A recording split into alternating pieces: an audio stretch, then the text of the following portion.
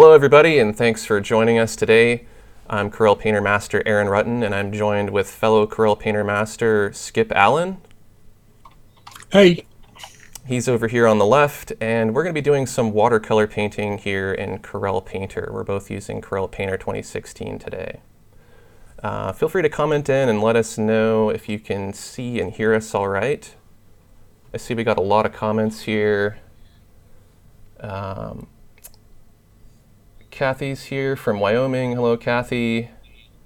Dev's from Woodland, Washington. That's cool. That's pretty close to me. Tune Man's from Los Angeles. Joanne's from Panama. Mary McCarthy's here and says, hi, Aaron and Skip. Hello from Colorado Springs. Hi from the Netherlands. Mary's from Massachusetts. Scott's from Henderson, Nevada. Brian's from Alberta, Canada. We got a ton of people here, Skip. Yay! West New York, Germany. Karen Bonneker's here from Digital Art Academy. Hi, Karen. John's here from Florida. Terry's here. Lots and lots of comments. This is great. And Skip's here too. Good to see Skip in the comments. I'm here. I think I can make you a moderator. So now if you see any comments that you don't like, if anyone's being rude, I always try to block people. It doesn't happen that often, but it does. So sounds like everyone can hear us, I guess. So we'll go ahead and get started painting. I'm going to turn off my face there so you can see my screen. So again, Skip's on the left, I'm on the right. And we're just going to go at it and do some painting. If you have any questions about digital painting, watercolor painting, if you'd like to ask us questions about us as artists, feel free to comment in and we'd be happy to answer those. Well, maybe. Maybe, yeah. I may not know the answer, but you will. So I don't do a whole lot of watercolor painting, and I consider Skip to be one of the watercolor masters, so hopefully he can show me some tricks here today. We'll see. Probably not. So one thing that we have in common with our canvases here is, correct me if I'm wrong, we're both using canvas texture overlays. Is that correct? That's correct. Yeah, and so for those of you who don't know what that is an extra layer that you'd put on top of all your other layers. You could add a surface texture to that, and then you could set it to the overlay composite method or any other composite method that you like, and that adds a little bit of texture. So for example, if I start painting here, you can see that that texture stays on top of my watercolor, and if I turn it on and off, you can see the effect it's having.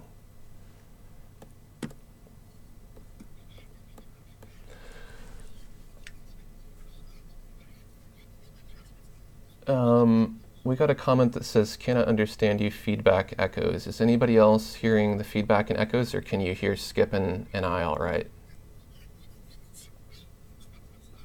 Linda Pard's here. Hi, Lynn.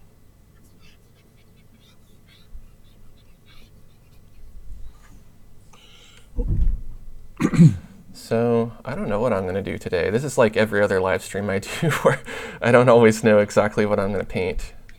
Well, I don't know either, but the first thing I have to do is kind of test the waters and see what's actually popping up. Sometimes I'll start with a sketch, but I don't want to today, I don't think. Well, you know what? I will do one little thing. I need to block kind of where I'm going to work.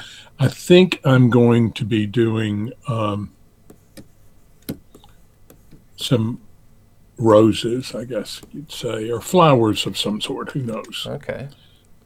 So I know I want one somewhere around here, maybe one up here. Actually, that one might be a bud. Another one down here somewhere.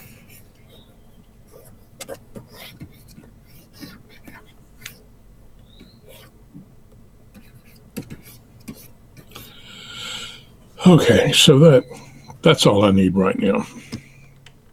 And I'll get rid of that soon. I think I'm going to do this a little differently. I'm just making a big mess here on my end. It's very colorful. I'm going for the abstract piece. I don't do a whole lot of abstracts in my live streams, but I do really enjoy abstract painting. So I like abstracts as well, and I love doing them with watercolor. It's really kind of a nice, almost meditative process where you just kind of paint what you feel, and you get ideas based on what's happening as you're experimenting. I think that's it's more relaxing compared to trying to really plan something out. Sometimes that can feel a little more stressful. It sounds like everyone can hear us all right. So Amelia would like to know, what is digital watercolor and how is it different from real watercolor? And I think that what they mean, and feel free to clarify, Amelia, you mean the Corel Painter brush category called digital watercolor and the category called real watercolor. Is that correct?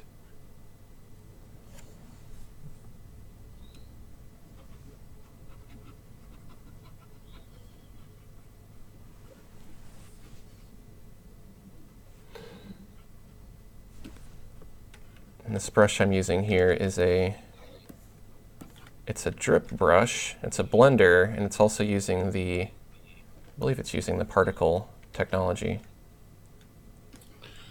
Did she say that was what she was asking about, the difference between them? There's a little bit of a delay between what we say and what they hear, so it takes a little bit longer for her to answer. She says correct. So okay. Do you want to answer that one? Well, let me see if I've got it right again. There's the question is, what is the difference between digital watercolor brush types and real watercolor or watercolor? Yeah. In Corel Painter. Okay.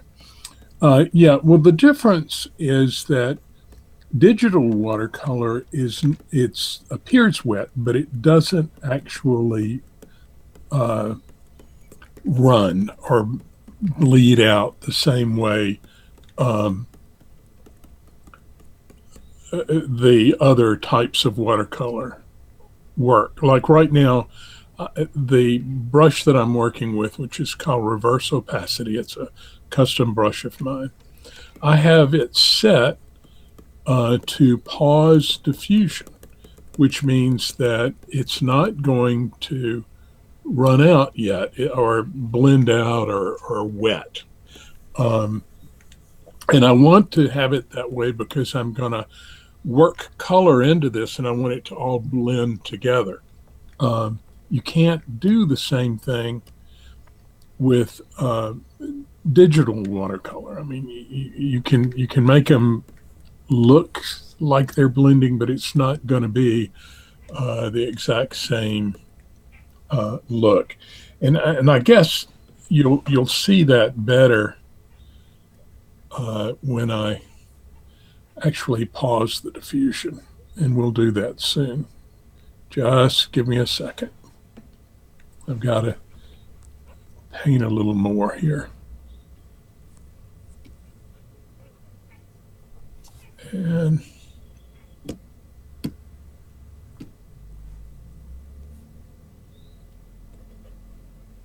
see how that's kind of cutting into that pink? Yeah.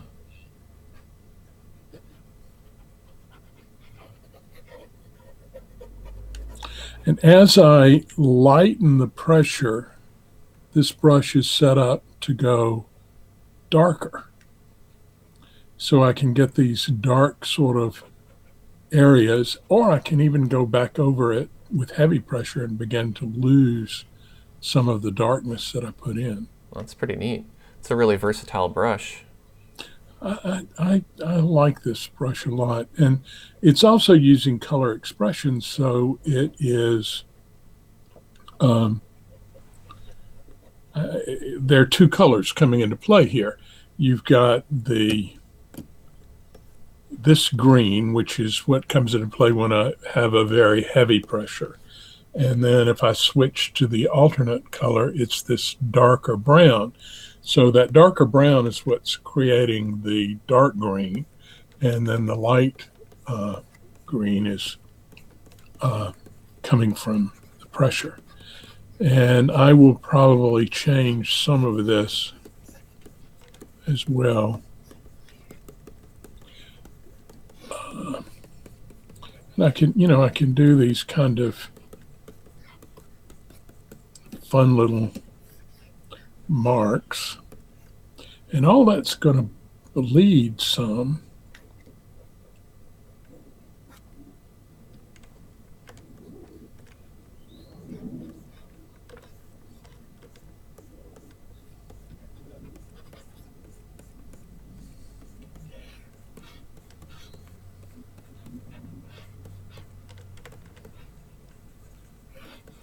It'll make more sense when I actually let it begin to bleed. Yeah.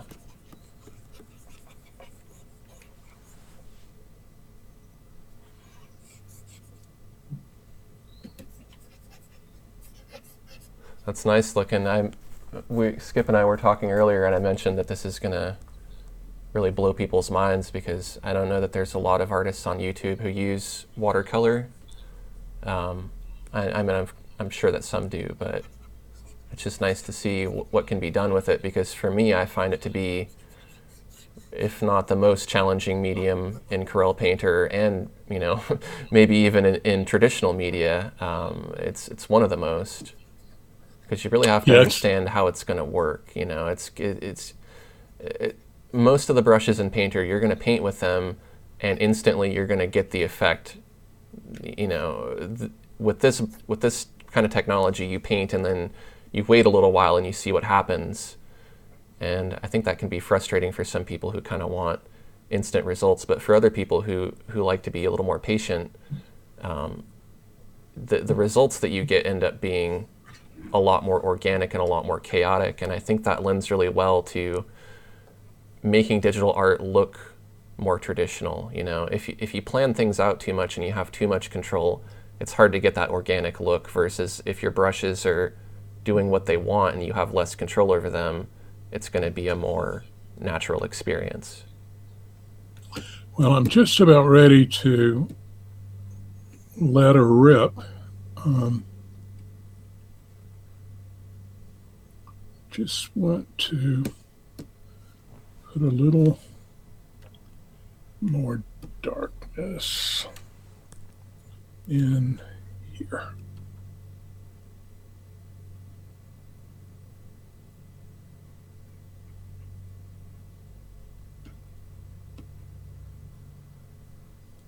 And we'll define this a little more.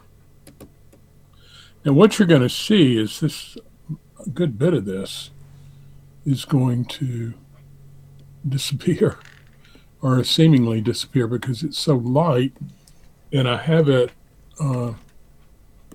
set up to dry lighter than it is. Okay, so, oops, I need to bring this down here a little more.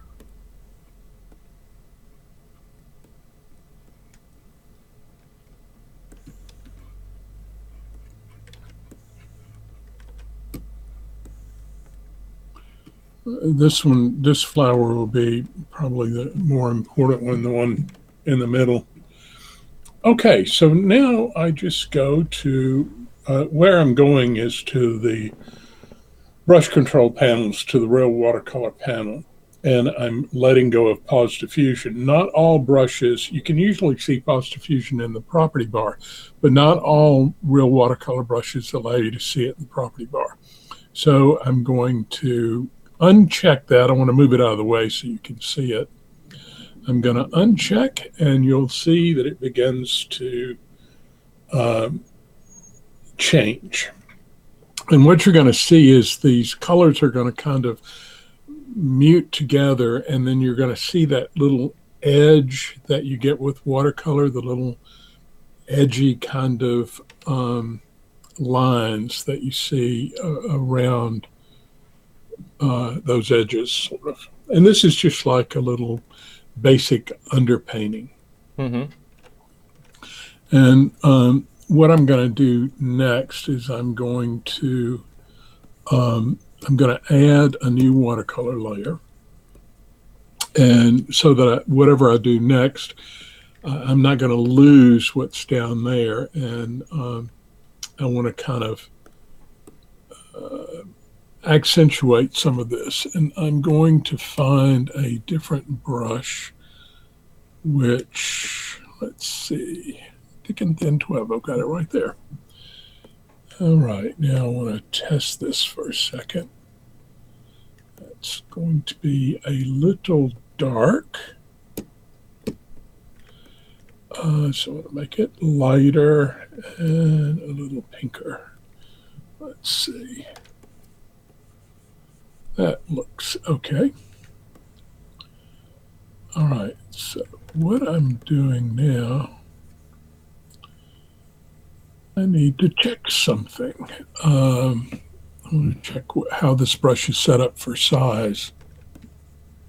It's set to velocity, which I'm not going to be working that fast, so I want to change the, what I just did was change the expression for the brush so that instead of velocity, it gets darker and, a different size by pressure. Okay. And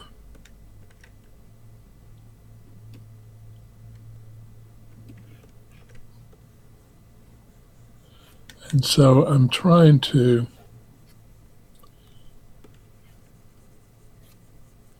decide how this flower is going to look. And I like to work real loose. Yeah. We had a question about the brush that you're using. What brush is that? And I know you're kind of explaining that it's a custom brush and you're making a lot of changes to it, so it's not a default brush. Right. The one I'm working with right this moment is called Thick and Thin, number 12. The brush is available from my blog. It's in a brush category called Cool Springs, and those are all free on the blog. So if you're interested in this particular brush, you could get it from the blog. And there's a link there's a link to your blog in the video description, just so everybody knows. Okay. There, I have a lot of brushes available on the blog, and most of them are free. Well, all of them are free. Not most of them, all of them are free. So feel free to pick them up and get whatever you want. Now, what I will do, I will, whatever brushes I use this time, I'll put together and make them available for you. That'd be great. Thank you. Oh. I don't know why I decided to paint an apple. It's easy enough. Okay, now I need to go to that green.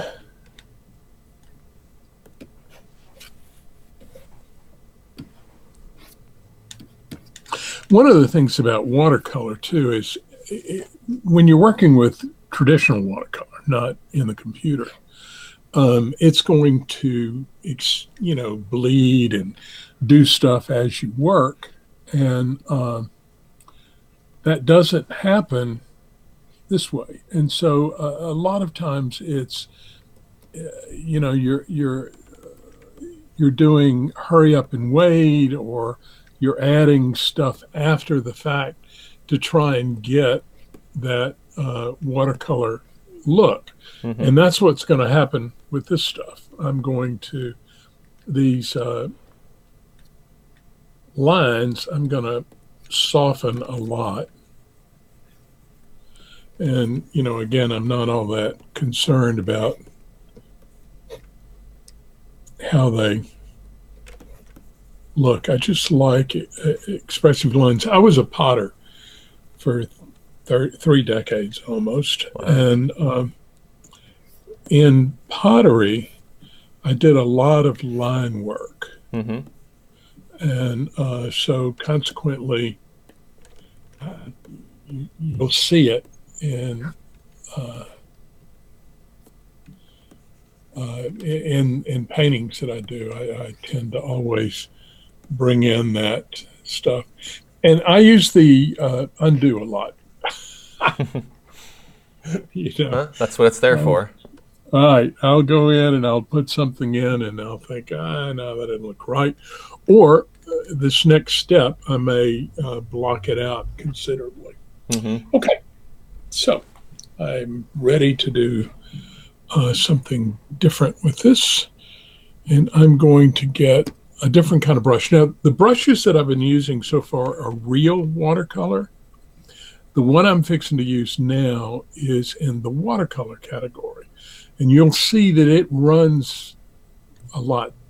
It runs a lot differently than the other. And you can delay the diffusion as long as you're painting, but once you pick your hand up, it starts bleeding. Mm-hmm. And so you can't wait. Now, it also responds to the paper. So I'm switching papers now. I'm using a custom paper. I don't know if it's on the blog or not, but watch. All right, now I'm going to let that, see how that just runs and smears that Yeah, that's nice. look and gives that sort of textured look. And if you hit it a lot, it actually just wipes it away. And the problem is I'll tend to overdo. Mm-hmm.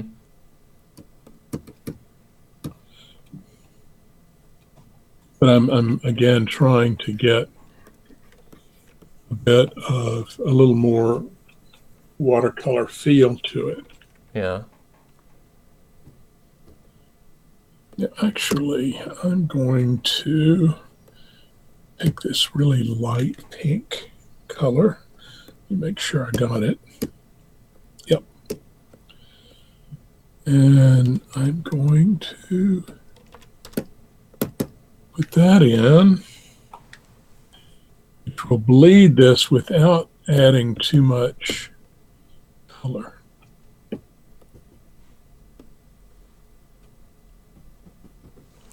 It's really amazing how convincing that looks like, actual traditional watercolor. Like I don't know, a lot of the watercolor brushes from other applications, Right. they're just stamps that have a little bit of fringe and some opacity, and they don't trickle into the paper. They don't have the flow maps. They don't, you know what I mean? And so that, Yes. if you want to work with watercolor, this is really one of the best programs because it gives you a ton of control. I know there's probably a couple other ones out there that have some pretty realistic looking effects, but you don't have nearly as many properties that you can change to control how fast the paint dries or how much it flows or how thin it is or how transparent it is. And Right. I think there are a lot. From what I've seen, there are a lot of really good programs out there. My thing is though that I don't like moving back and forth in between programs. yeah. I really want to stay with one program. Mm-hmm. Now, what I'm doing now is I'm just putting in a little extra color on this layer. Somebody said, will you be using only watercolor brushes? That's all I'm planning on using. Oh, Yeah. gosh. Yeah, Tally said, what brush is Mr. Allen using right now? Call me Skip, by the way. See, I don't know when she wrote the question. The brush I'm using right now, this one that is running stuff, I call it Bloom Dab two. And it's the idea is that it is a captured dab that's kind of uh, it's not a very clear image. It's scattered, and all you have to do is tap it. I've got a much darker color so you can see. So you just tap it, and it sort of spreads out, and then it starts running based on whatever the paper is. So that's running on the paper that I've got selected, and also how you have your paper set up. For instance, I'm going to go back to the paper that I was using before. And notice that I've got this paper brightness at 70, and I've got the scale way down to 25. And if I use that same brush up here, I'm going to get that kind of look. Now, watch what happens when I make it a bit bright, more contrasty. So you can see the paper better in it. Yeah. And now I'm going to take that back to its standard, put this back to 25, bring this back up to 70, so I'm doing the right thing. Okay. And get rid of that. Oops. There we go. All righty. Now I'm going to add another layer, another watercolor layer.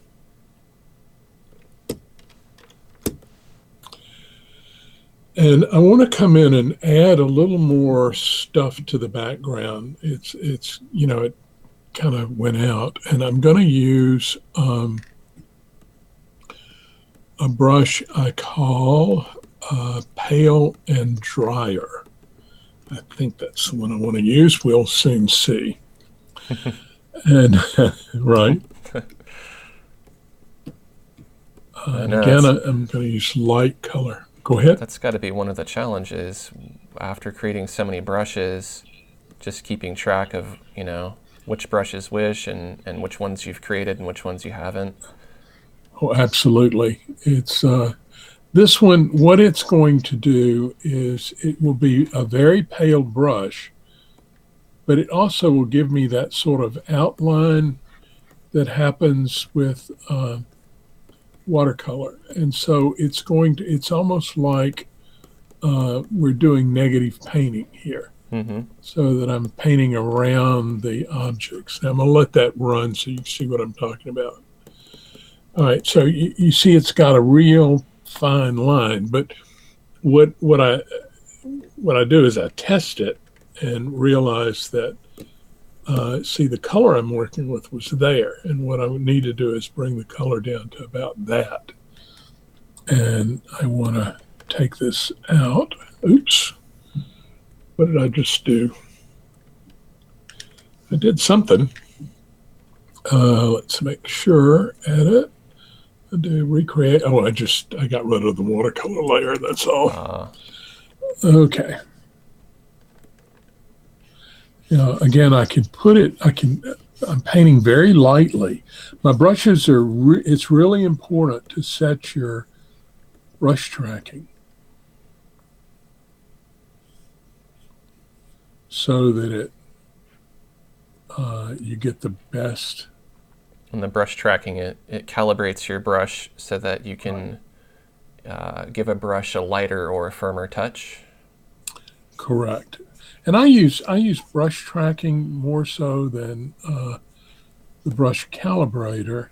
They're the same thing, but usually the brush calibration panel is if you're doing it for a particular brush. And I find that most of the time I can set it globally and it'll work fine. Now let's see how that's going to look. It's still a little bit light. It may be because I've been playing with this brush today. and I may have I may have messed it up. Uh-oh. I try to make a new brush when I play, but sometimes you don't, and you wind up losing a good brush because you just made one a little bit differently.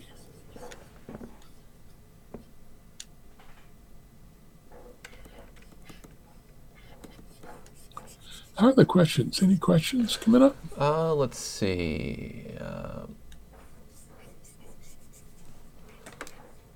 Got quite a few. Oh, there was one thing I wanted to mention earlier.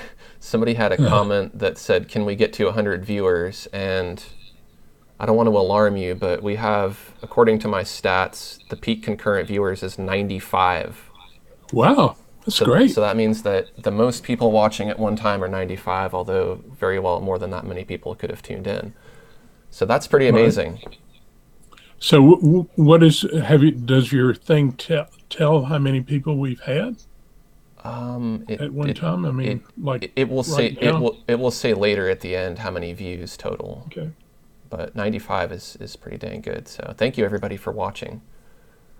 That's why I erased my apple. I gotta step my game up, and I gotta paint something else.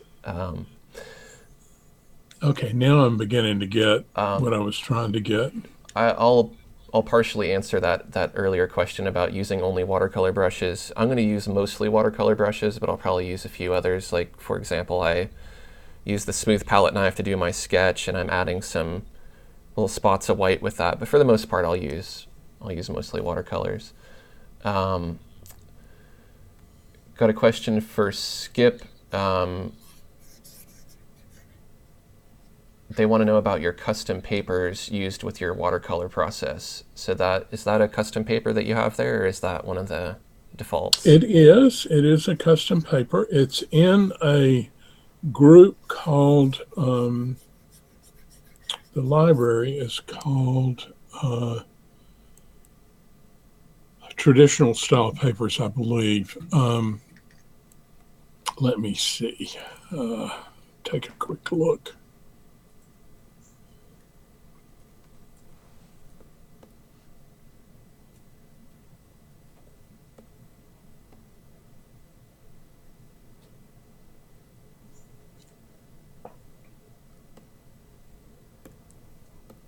It is called Traditional Style Papers. I'm pretty sure it's available on the blog. Mm-hmm. Also available probably would be the Paper Demo Library. For Corel, I recently did a whole bunch of videos about making paper. And if you'll go to their site and look at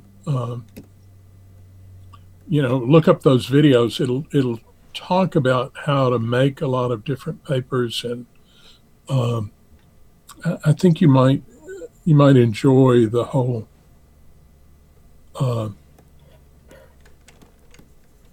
set. It's about 13 or 14 videos, and I believe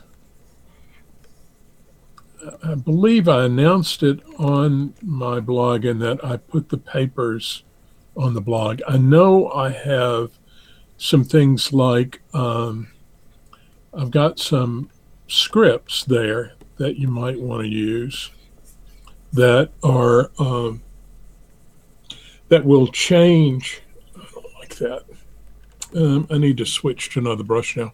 Let me see if I can show you. I've got 3 scripts here. And the first one is called Paper Default, Reset Paper Default. And you can get that from David Gell's site. Now, David is closing his site. It's called Jitterbrush on July the 6th. But he's said that I can take any of the stuff and put it on my blog. And so I'm going to take everything from his site and put it on my blog so we can still get it. David is an incredible person, and he's done so many things for us. But what that script does, see, this is not the default setting for that paper. The default setting for any paper is 100, 150. So if you just click on that script, it automatically resets the paper to the default setting, which means it's really nice because then you don't have to go back and, reset stuff. Mm-hmm. Now, the other thing that I have here is, let me just open up a new canvas real quick. I think you guys would really like using these things.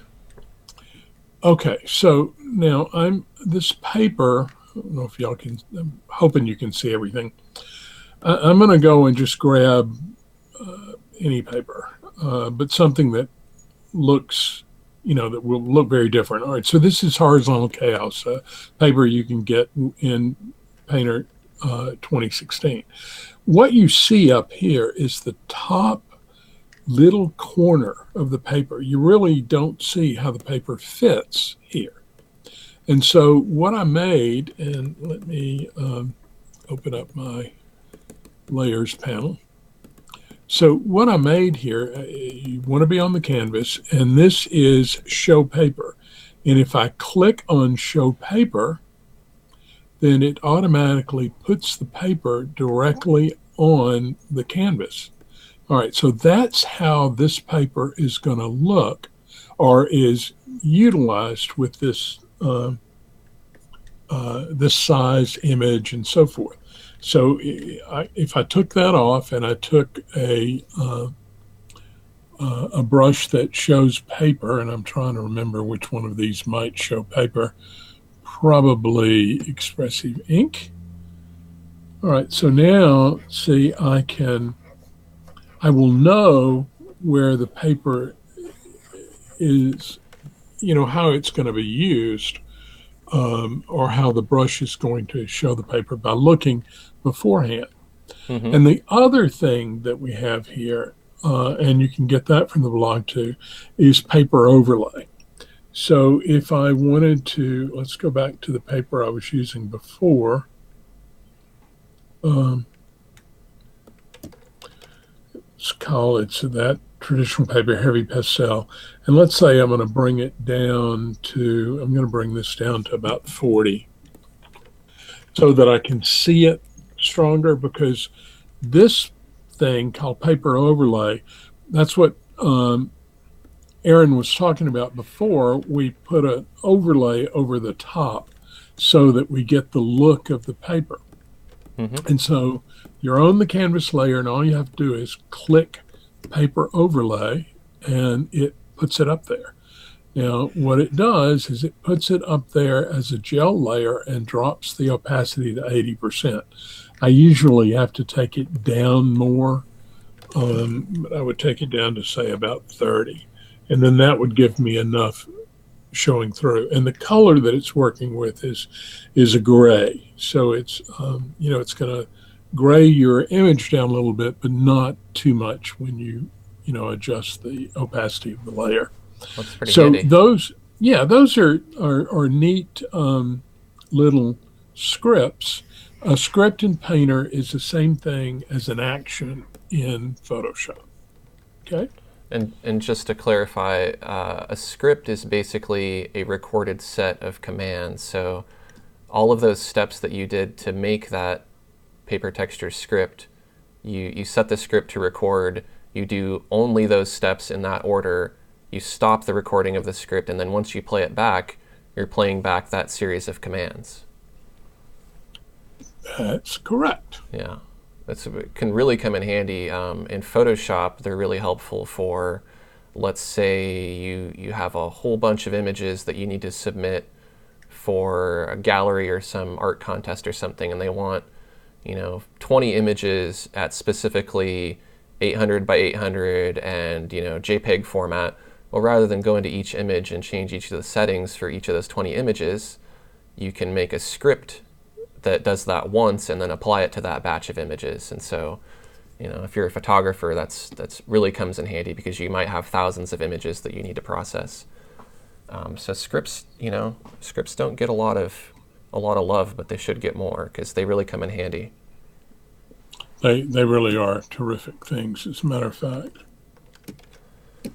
So let's try to answer. We got a bunch of questions here, which is good. Okay. We'll try to answer as many as we can, as quickly as we can. There's a question for me. What are my favorite brushes for drawing and sketching? To really quickly answer that, I like the scratchboard tool because it has a nice smooth edge. It works really well for inking. The detail oil, if you want a softer edge brush, works really well for like a nice pencil effect. The smooth palette knife is also really good for sketching and just kind of blocking things in.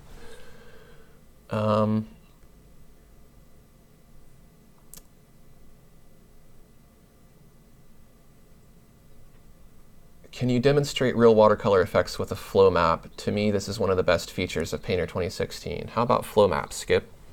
Yeah. Well, I use them all the time. I'm not sure I'm using them right now. Let's see what. This brush is using current paper.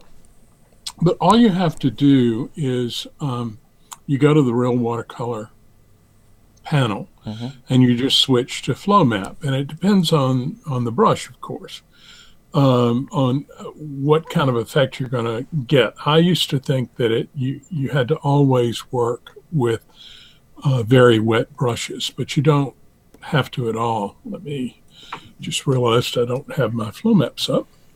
Yeah, I'll pull mine up So too.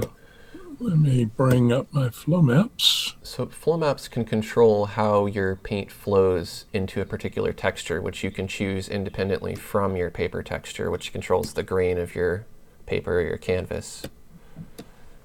Just for people who don't know what a flow map is, and I don't know that many other applications have flow maps.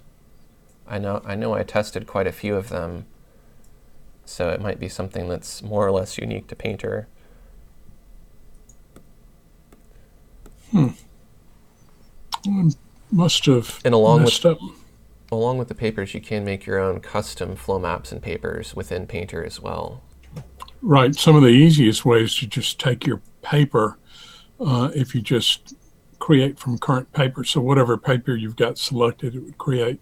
Now, what I've done here is I've taken this flow map and I've pumped up the contrast, and I'm dropping down the brightness a bit so that I get a fairly strong effect. And now when I paint with this brush, it's going to be affected by the flow map. See the run that happened there? Now let me do the same thing. What I've just done now is I'm taking it back to current paper. And I'll get rid of that and we'll paint. See the difference, the brush doesn't run like that. So whatever the flow map is, these bumps and stuff that were in the flow map. Now, flow map is different from paper. You're actually seeing the way it looks on the paper right now. This is a full view. So when you add a flow map, you're going to get that kind of effect. And what I'm doing right now is I'm working on a separate layer, and I'm coming in with some of this pink, and I'm just trying to give a little more edge to some of this.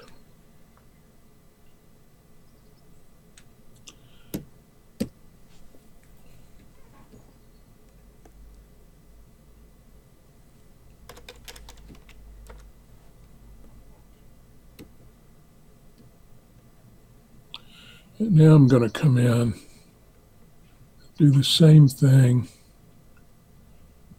just kind of touch these leaves. And you see, you get this brush gives you this sort of line to it, and it begins to give you a little bit more of a watercolor look and feel. I think this is a little bit strong here.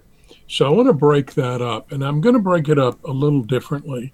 I'm going to get, this brush is called Loaded Water 7 Better. And if you take your color to white, you can actually cut in to the paint. Why isn't it doing it? Did I put it on the wrong layer? Oh, maybe I didn't take it to white. No, it's in white. Okay. There we go. I didn't do it quite strong enough, heavy enough. And remember, there's some color underneath. But what that's doing is it's cutting in there. So you're beginning to see that you have that lighter color. And it gives you this sort of spotty effect. In some cases, I think it's really nice. I have another one that I do the same thing with, which I call, let's see what it's called, heavy pickup. And with heavy pickup, I tell you what, we're going to go down to one of these other layers. We're going to go to this layer. That's the bottom layer. So I could come in here and actually pick up some of that color, see, and get the white back of the canvas. And, you know, it gives you some nice little lines. Yeah. You might want to do it underneath. See, that's taking some of the stuff that's underneath this leaf. But the green stuff, oh, see how that brightened up? Mm-hmm. Really helps it pop out. Yeah, it's like little tricks. And it's nice to get some white back in to the image as well. Mm-hmm. Now I need to darken some of this. Let's see. I don't want to take that back in. Okay, so we were up here, and I was putting in some pink. I want to add another layer, another watercolor layer.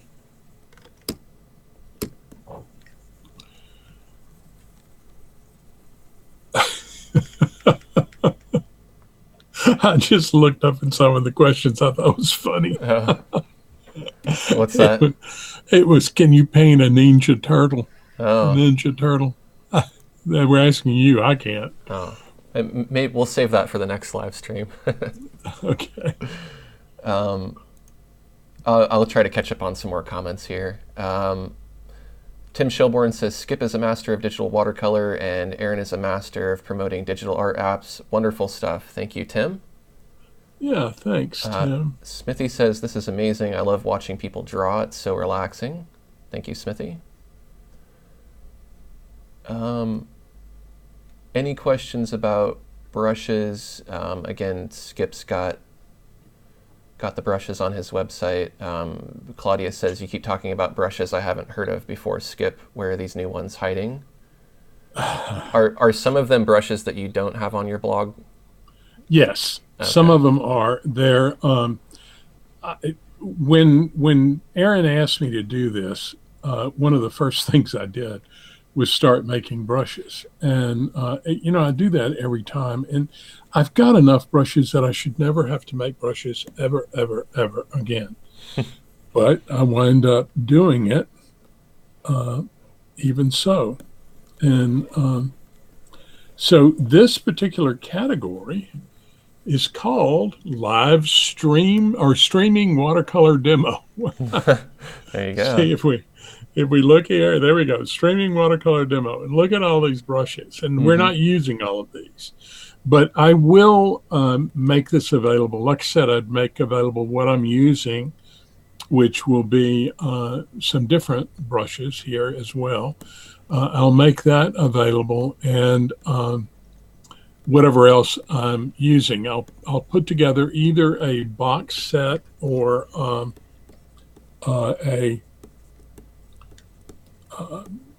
or I'll do a category or a library or something. I'll get them to you somehow. Awesome. I'm liking the. I'm sort of piddling now. I have a tendency to go overboard here, but I'm sort of liking getting a little bit of this dark in here. Mm-hmm. Yeah, it gives it more Uh, contrast. mhm. Well, and it can start to bring in a focal point too. Where your light and dark comes together. Although it appears that I didn't plan it very well. And a question about what's the thing I'm drawing on the right. I'm just kind of drawing different faces, and I'm doing different drawings and then starting over. For me, it's like I don't work in watercolor enough to to really be able to paint. I mean, I can doodle in it, but to do a finished painting, I really have to plan it out ahead of time and have an idea of what I'm going to paint. I'm not really that good at working with watercolor, because I tend to work with more opaque shapes first, and then I'll glaze over them. Watercolor is kind of more like you have to almost work really lightly and then build up to opacity. So it's almost backwards from the way I work. It definitely is backwards. That's for sure. And it's the same thing with traditional watercolor. You work backwards. Mm-hmm. You go light to dark. What I'm doing right now is I'm saving this, which I tend to forget all the time. But I want to save it because I'm fixing to do something a little crazy.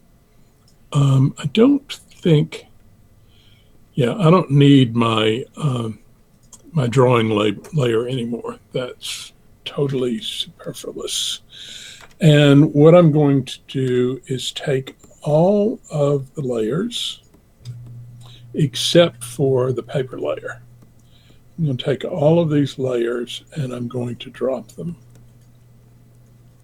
to the canvas. Then I'm going to take all of the layers and I'm going to, wrong place. I'm going to lift the canvas layer to a watercolor layer.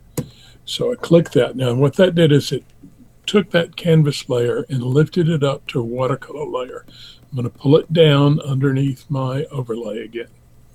Okay, so now all of this is on the same layer. So that means I can take some other brushes like this Suminagashi Splash. It was a brush that I made a long time ago. David had some Suminagashi brushes, and this is not from that set, but his idea of doing Suminagashi came from the style of making marbleized paper, and the Japanese term for it is Suminagashi. If I'm saying it right, I don't know. And Turkey, I think they call it Ibru. Anyway, I was trying to make it work in Painter, do the same sort of thing, and I was pretty successful with it. But that's what that is. And this one is kind of a splashy brush, and you're going to laugh because it doesn't really do anything except it's going to see that line, that little circle that popped up right there. It's very subtle. Oh yeah, I see. I'm going to get rid of it now, and I'm going to make the brush a little smaller. And I'll do it again. And it's like water spots. Oh, that's nice. And, watercolors would probably go, oh my God, I dropped water on it, and sometimes they wouldn't be happy about it. And sometimes it is a nice little touch. And so I'm just basically doing it in a couple of places to just kind of get that little water spot look. Like I said, it's not real traditional watercolor, but I'm looking to try and make it appear like it's real Yeah, watercolor. I think that's a common goal that we share. I won't do it in every piece, but I feel like for the most part, I want people to be able to look at stuff that I do and not know whether it's digital or traditional. Right, that would be ideal. Now I'm going to I'm going to sample this kind of blue gray right there. And the brush I've got right now it's called Texture 6. It's in the Cool Springs library. And what it will do is throw some little blobs out. And the blobs are going to be, they're not uniform in any way, form, or fashion. The size of them depends on pressure, and how far they pop out. Mm-hmm. So I can do not very much pressure, and they begin to just sort of fan out a little bit like that. Or I can do just a quick blob like that, and it looks like the speckles. I do have some that actually interact with the paper, but I want just a few of those. And I'm going to pick this darker purple, blue purple right there, and I will make the brush a lot smaller, and that will give me a few more dots. I'm going to go actually I need to go smaller on the brush. There we go. I'm getting just a few little ones. I don't like it.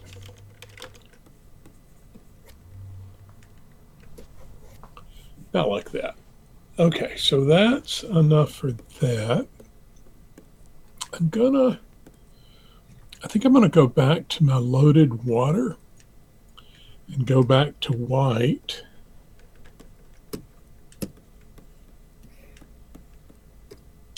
And all I'm doing there is I just want to cut into some of this that I've got here so that it'll give me a little bit more of a edge in places.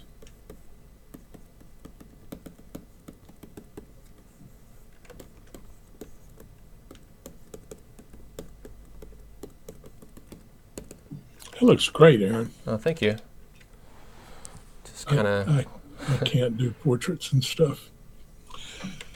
Okay, so basically, I mean that's kind of finished. It's I could probably sit here and play with it some more. I'm trying to think if there's any other kind of technique I'd want to add, and all it would do would be I'd just keep getting bigger and bigger with it. Yeah. What I could do here is go, if I can remember where it is. Sometimes when I set all this stuff up, I don't remember where I have it set up.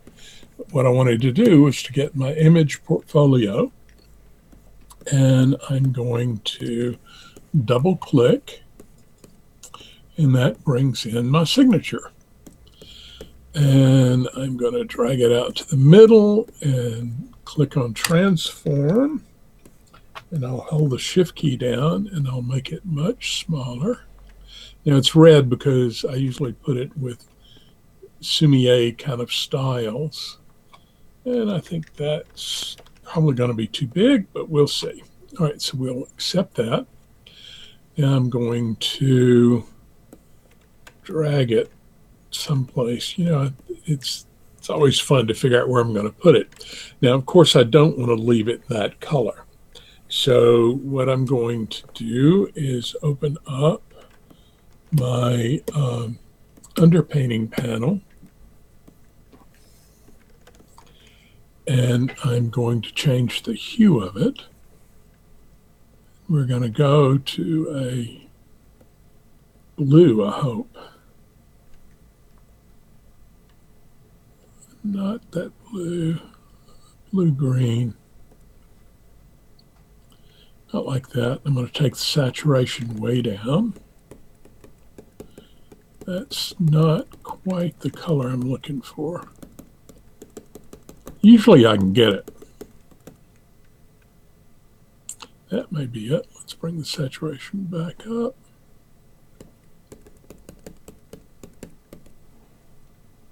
I think it's fun to tweak the colors a little bit towards the end. Yeah, I will do that, as a matter of fact.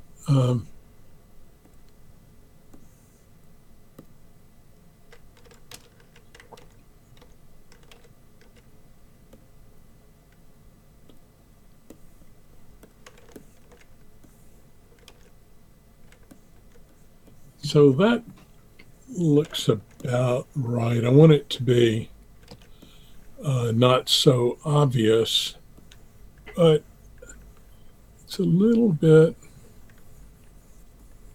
Let me see if I can find another spot for it. That's too much an eye level. Kind of liked it here.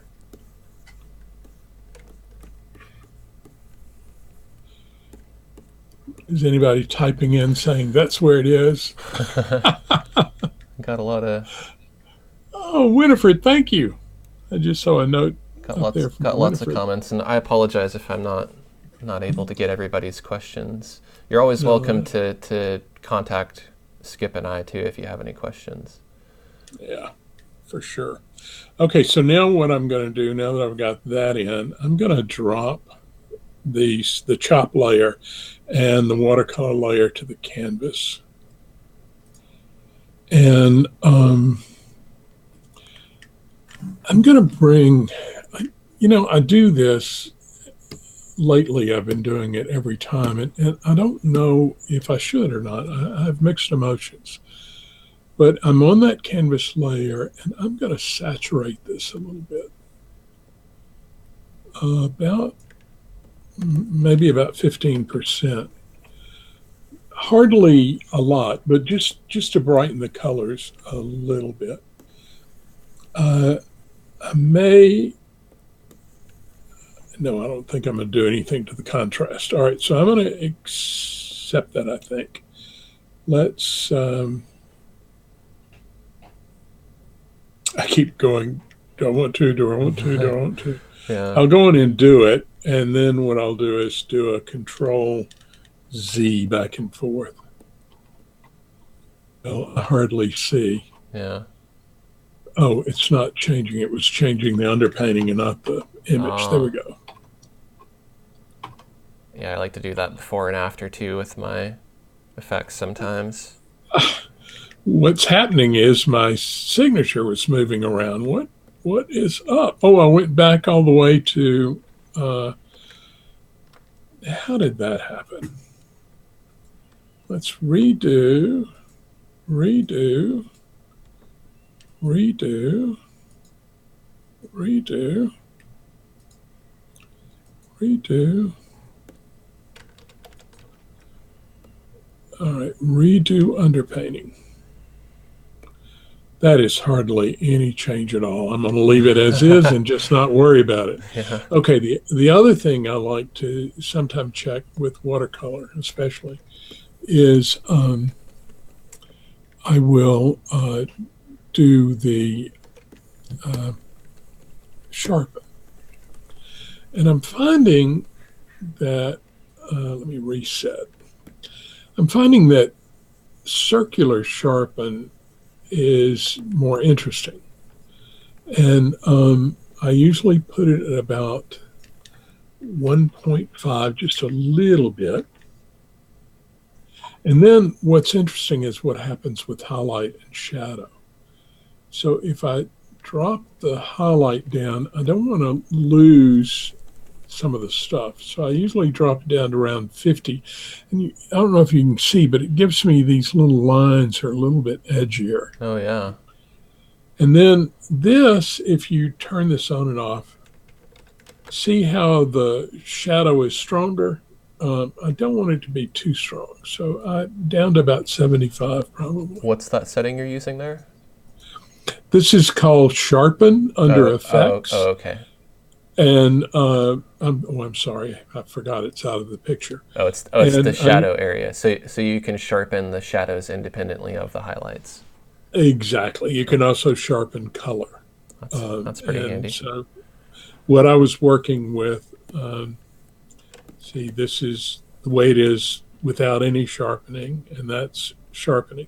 So it kind of brightened up some of the areas and darkened and sharpened up some of these little dark lines. Mm-hmm. And I kind of like that. So I'm going to say, okay. Now, the other thing that I will do, if need be, well, what I should have been doing was normally I do iterative saves all the time, doing through all of this, because if I want to get back to, if I totally screw it up and I want to get back, now what I'm going to do is I'm going to drop the paper onto the canvas layer, which it didn't do because the canvas is locked, but now it's not. Okay, so now everything is on the same layer, and I'm going to go to Effects, Tonal Control, Equalize. Sometimes this is interesting, sometimes it's not. I always like to try their auto set just to see what it looks like. Mm-hmm. So I click auto set and hardly anything happened because I've got such a wide range here. So if you reset, you see it only moved slightly. So there's enough, what it's saying, there's enough contrast here for everything. Mm-hmm. But if I wanted to darken it a little bit, see, I could come in and darken those colors slightly here by moving that in. Now, to me, that's too dark. So bring that back. And if I wanted lighten, I could bring that in and you get a little brighter. But notice how you start losing the detail.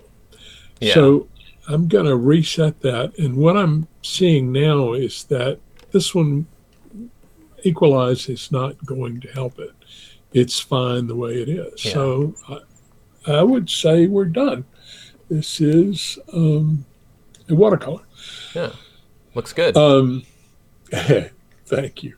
I did some others trying to get ready for this. So I'll just show you. See, there's one. This was the first one I did trying to get ready. Notice I'm doing the similar stuff, but this one is a lot more spontaneous. Scoot it over just a bit. And then I tried it again, and it started getting really tight. But I liked some of this color and some of the stuff that was happening with the leaves and whatnot. And this is another one that I did, getting up to it and, trying to keep the white of the paper and get all this stuff going. And, I can't tell you if it's, I don't know what, I do this stuff for me. I never print this stuff, and I never sell it. So it's really just because I get a kick out of doing it. Yeah, well, that's really the main reason to be an artist, I think, is because you enjoy it. Right, I think so too. So I'm doing an iterative save on that one, and I think this one looks pretty good. Mm-hmm. I hope other people do. Karen said lovely. Thank you, Karen.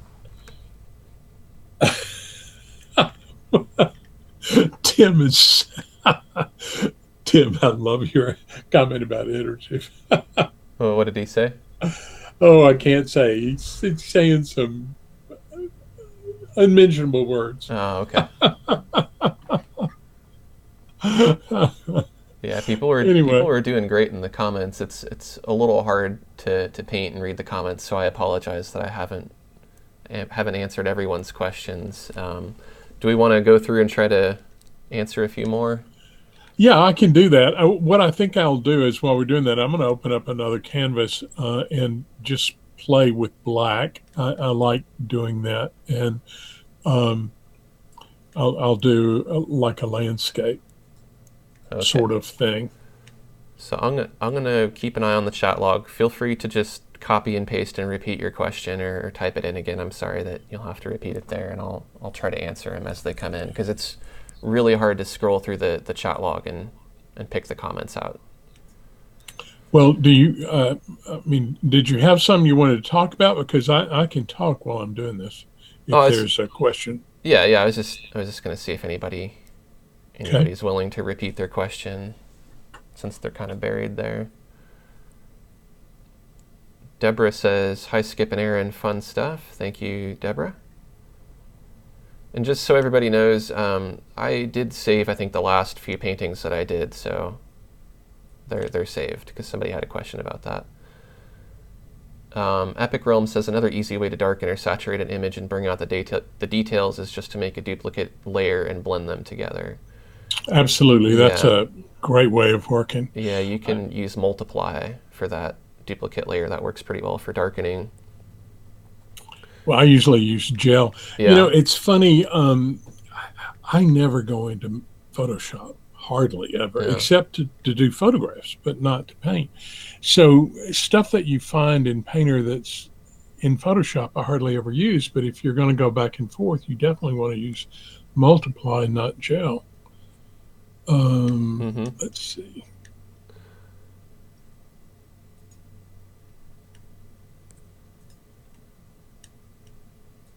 And then if you wanted the opposite effect, to lighten, the screen composite method works pretty well too.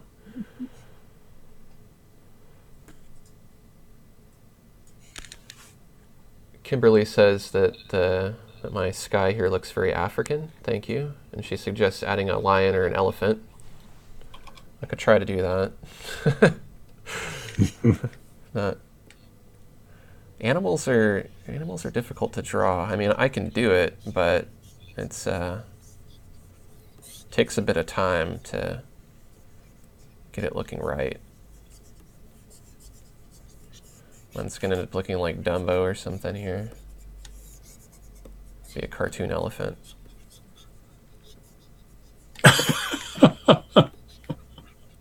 Somebody said that they should have iterative saved themselves. Then she would go back to looking like 20. That's That's good. a great idea. I wish I'd thought of that too. If only. Of course, I'm really old. You know, it's so amazing when you think about it. Um, you know, I never thought I would even get this to this age. Yeah. And, you know, to be here is just bizarre.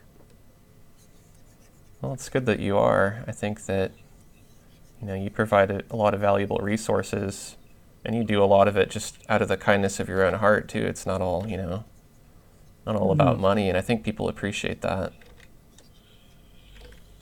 Well, I've been in the, you know, been in the place when it's nice to be able to get things that are free.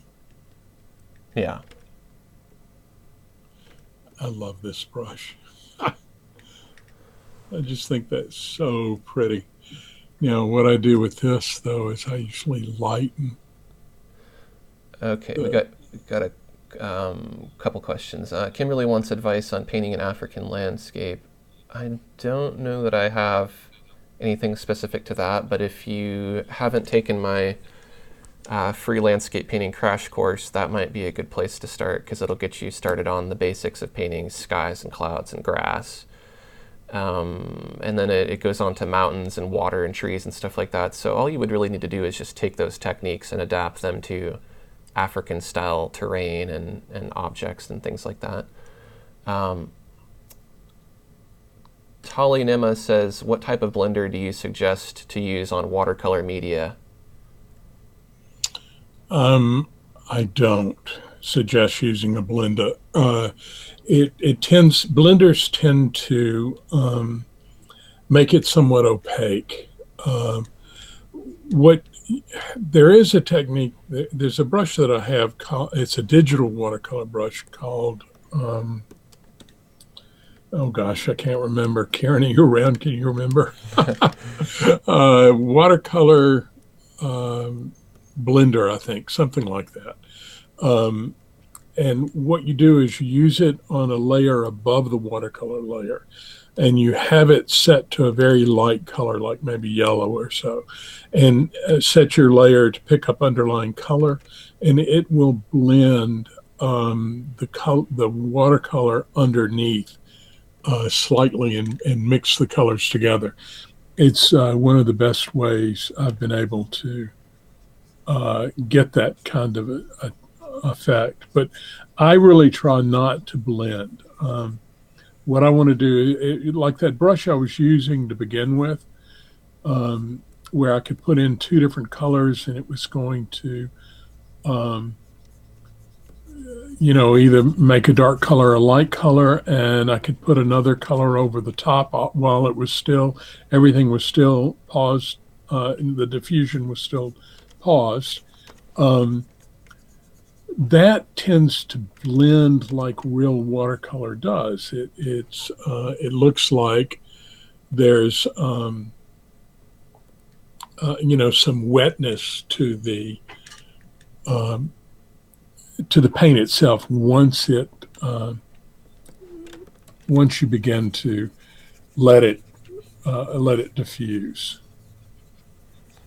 Typically what I'll do is, and of course this kind of breaks out of the completely watercolor workflow, but if I'm done with that layer being wet, I'll just go ahead and drop it and then I'll blend it. And a lot of the blenders will give you an effect that looks a lot like watercolor, but they aren't technically still, watercolor layers, because you can't, a lot of the brushes you can't use on watercolor layers. You have to convert them to default layers first. Painting my elephant here for Kimberly. I know I'm not using watercolor brushes for this, but Digital Square Pool Blender. Thank you, Karen. That's the name of the brush I was trying to remember. Digital Square Pool Blender. And it does work pretty well. Actually, I could, now that you've mentioned it, I could probably go to it and open it. It's Cool. No, wait, it's not Cool Springs. It's uh,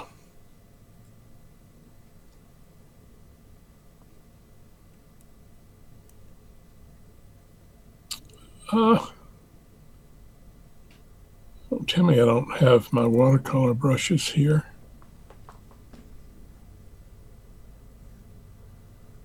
Maybe it'll be there.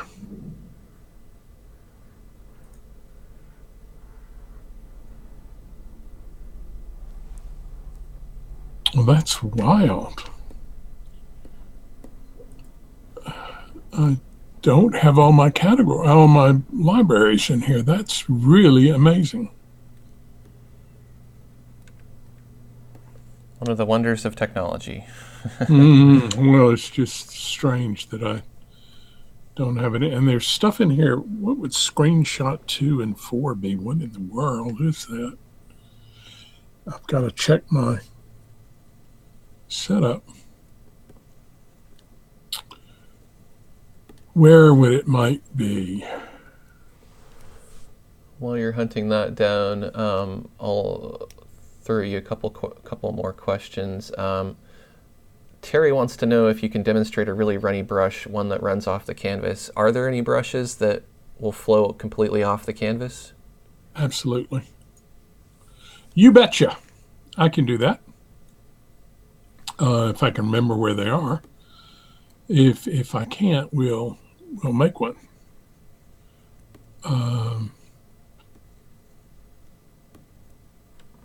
Let's see. Well, actually, the brush I'm working with right now, which is this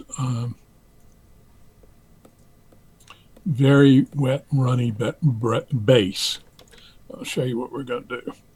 What we're going to do to this brush is we're going to change it to flow matte. I'm going to take off accurate diffusion. I'm going to make that at 100%. I'm taking the dry rate off, taking roughness and granulation off. I probably, well, let's leave it at about 20 here for the weight. Flow resistance doesn't matter right now. I'm going to take the viscosity down, and good. Okay, so that should give us the start. Now I'm going to open up my flow maps. Remember, I set it to flow map. Where are my flow maps? Okay, and then I'm going to select that flow map, which is free flow. It's just a completely white flow map. I'm going to make sure that my paper doesn't have hardly anything to it that would stop the flow. Where's my paper? Here. And so I want to bring that up a lot. Okay.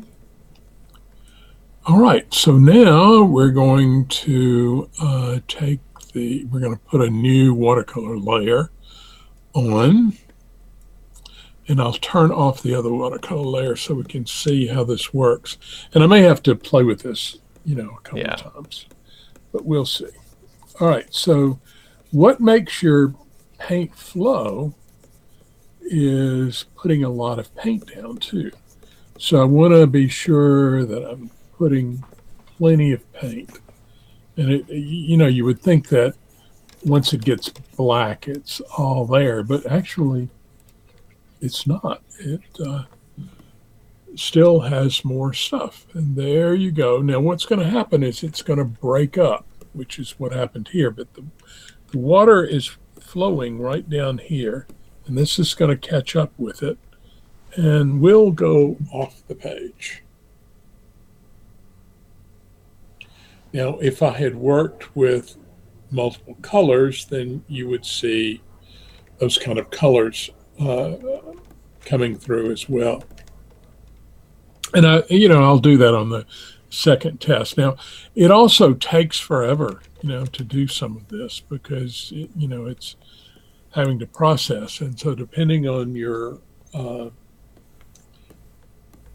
speed of your computer, this might be horrible. Yeah. It's also not very pretty. This one didn't. Let me see if I can make one that's a little better looking. All right, so I'm going to get rid of that. And I'm going to change my color.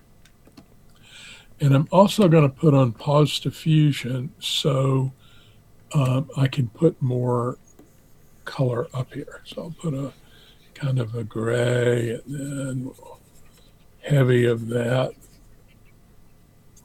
Then we'll change the color again. We'll add some funky yellow. Gotta love that funky yellow. Right. And then we'll put in some brown and maybe a little bright blue. Okay, now if we let go of the pause diffusion, it begins to run and you'll see it break. And because I didn't put as much in there, it's going to run down in, it's going to go off the page, which I don't want it to do. I wanted it to stop before it got off the page. And I can make that happen by coming here and clicking on Accurate Diffusion. I don't know if y'all can see that, but I just clicked on Accurate Diffusion, which is going to stop the run. It still made it down the bottom, but if I had been working,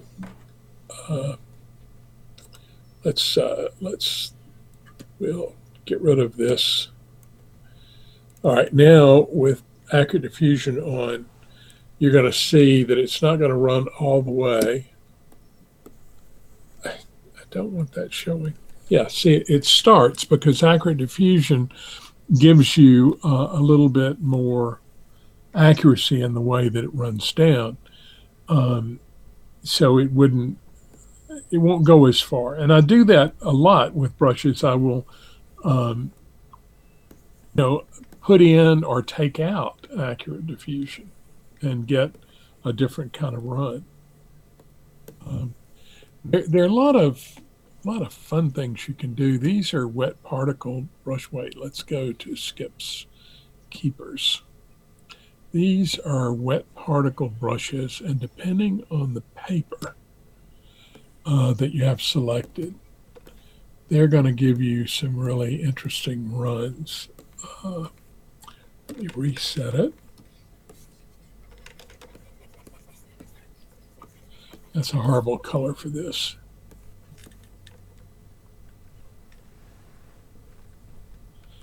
Give you a darker color. You can do that. And I'll also set up pause diffusion so that, oh, I forgot, I can't do pause diffusion. This is a water brush, not a real watercolor. So what I would have to do on it, if I want to add some color to it,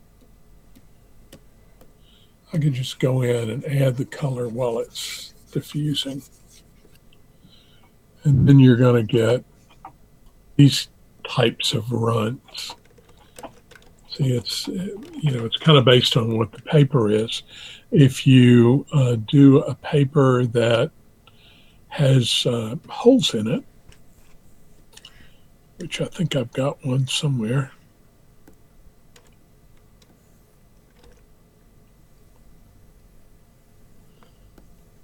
Yeah, that one ought to give me something. Okay, so now if I took this and started putting it in,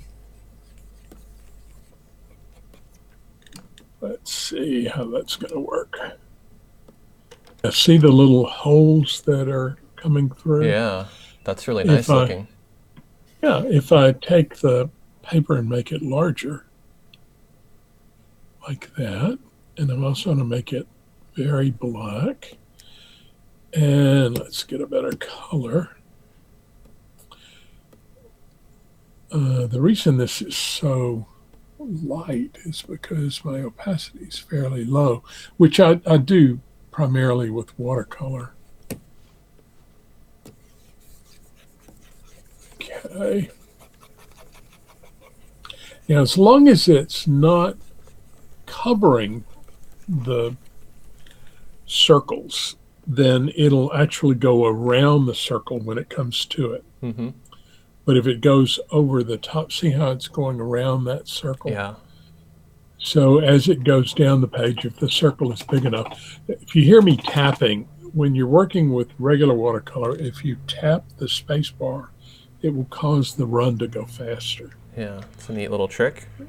Yeah, it is. And these are just loads of fun. This this brush has pickup in it. So, and it's a similar brush. So if I were to come back in with, say, a light orange, it's going to pick up the color and blend with it like that. That's neat. That's fine. It's pretty amazing what you can do. Yeah, I love playing with watercolor and this kind of stuff. I mean, I just think it's so much fun. And I have a lot of brushes that don't run this much, but they still, they're still fun. Now, these wet particles, these all became possible when 2016 came about. So let's clear that, and these are all particle brushes, but watch what they're going to do. Isn't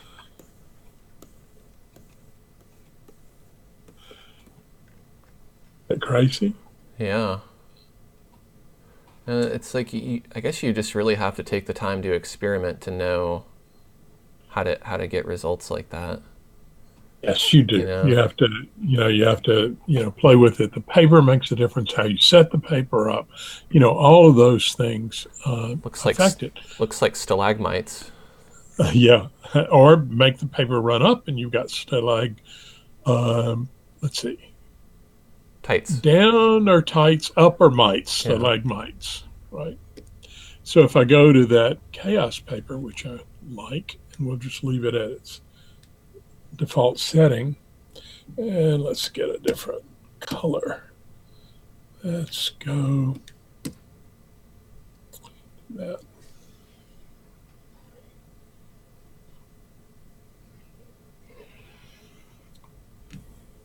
And you let her go, and you've got those. I mean, it look to me, it's like the side of a cliff, Yeah. and it's it's got a lot of pickup in this brush. That's why you're losing some color. But I've got more. Let's see. That's Running Mountain Springs too. Let's do That's amazing. like this dry controlled one. Terry says that he loves it. That's what he's looking for. Well, these brushes, I'm pretty sure, are available on the blog. So you can. They don't all have to run as much. See, and now you're getting this sort of feel of running.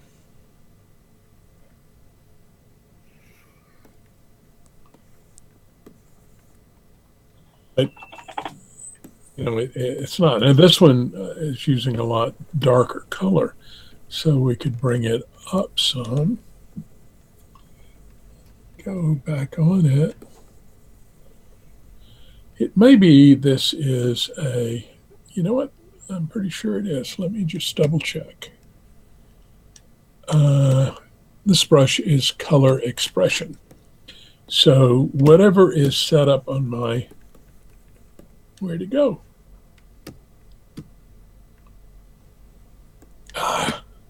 Sometimes things don't work. All right. That's why I'm getting the gray. Let's put in some blue. No, let's go brighter yellow. That darker green.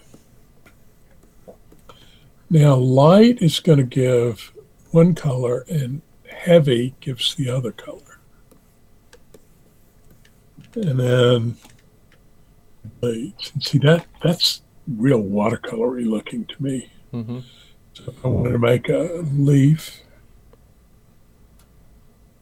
Yeah, it's nice to be able to have both those colors in one stroke, because then you get your highlight and your shadow together. And absolutely. And I love watercolor brushes that I can sample multiple colors with.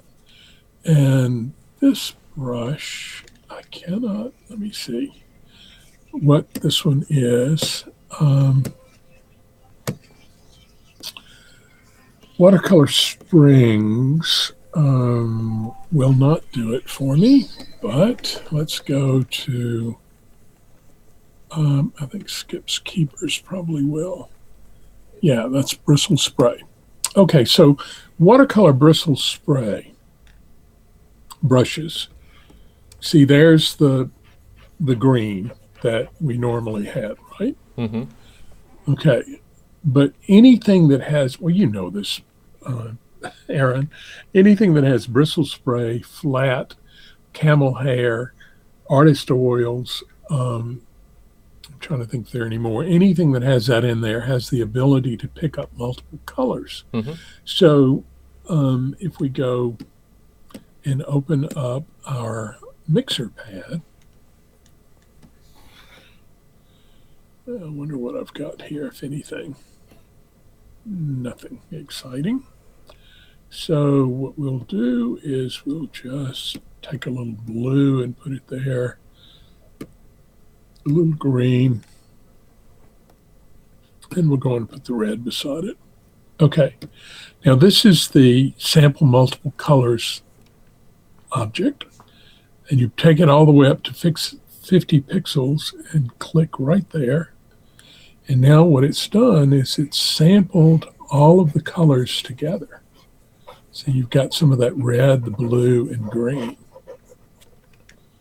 That's and there nice. you go. Isn't that fun? Yeah. There's I've got some others in a different place somewhere. Where do I have them? There might be one in here. Oh, here's Digital Square Pool Blender. Okay, you were asking about that brush before. Let me get some more color on the page. We'll put Desert Tsunami will give us some color. And we'll just pick this blue. Well, that didn't look like blue.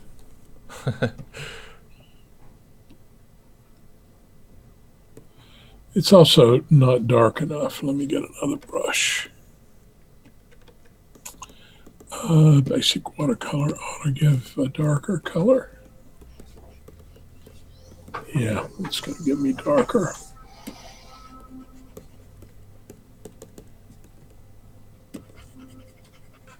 Okay, now blending. What I'm going to do is add a layer on top of the watercolor layer. Mm-hmm. It's a regular layer. I'm going to set up, pick up underline color.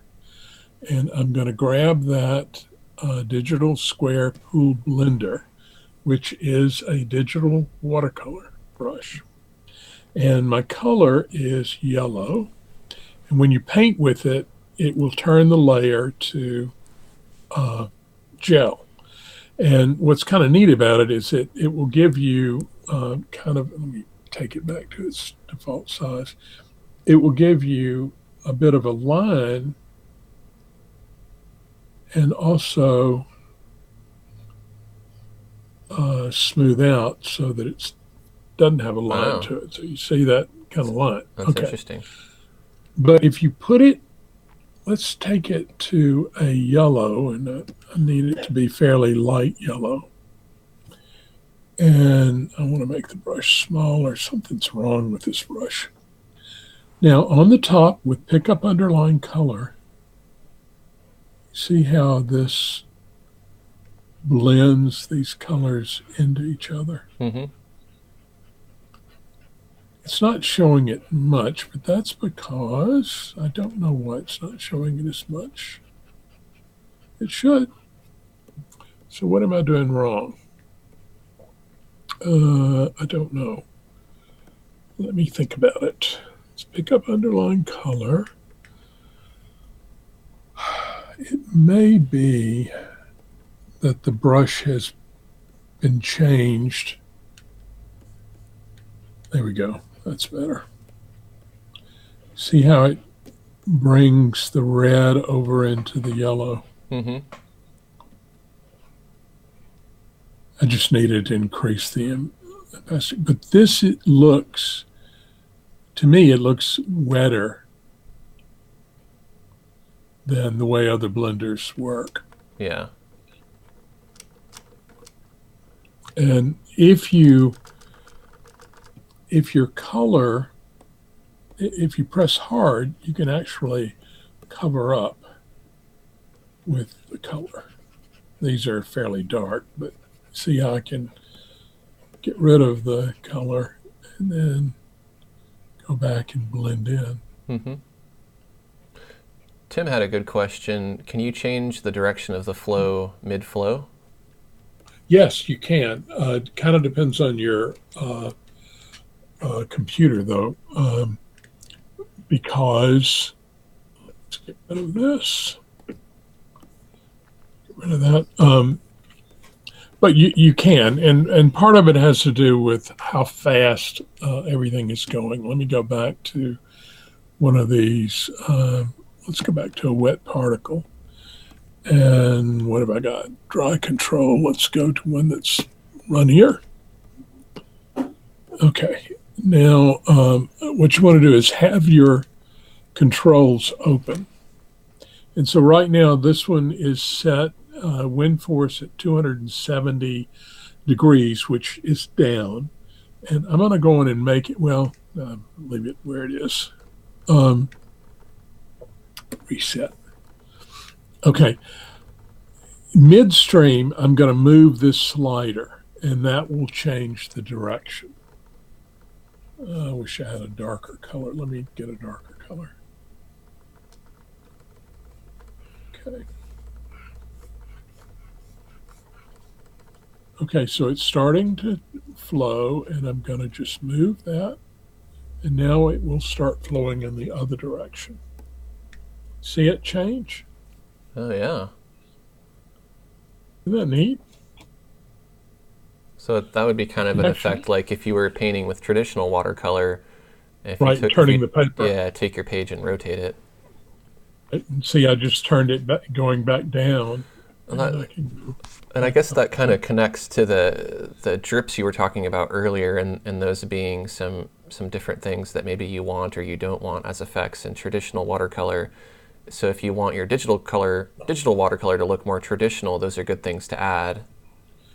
Absolutely. You know, to more clearly communicate that, and it's a lot of the process for achieving a painterly or traditional media effect is knowing the characteristics of that media. You know, you can take out the watercolor brushes and start painting, but if you don't know what a traditional watercolor painting is supposed to look like and what limitations it has, it's going to be hard to make something that emulates that. Right.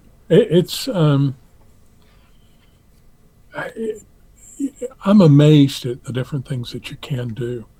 I was just looking up at the questions, and somebody said, do I spend a lot of time tweaking brushes with each painting? Unfortunately, yes. But that's because I've gotten where I like playing with brushes, and so instead of going and finding the perfect brush, I tend to just take whatever I'm painting with and play with it until it's doing what I want. But sometimes that destroys the process. Yeah. Do you ever get confused with your mouse icon on one side and your brush icon on the other?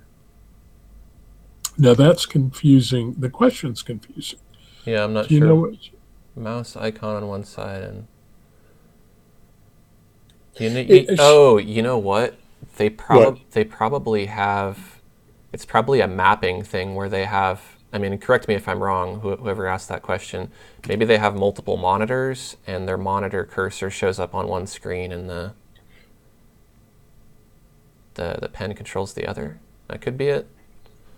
I was thinking that we may be talking about the little clickers on the stylus. I see. So the mouse cursor. Oh, I see.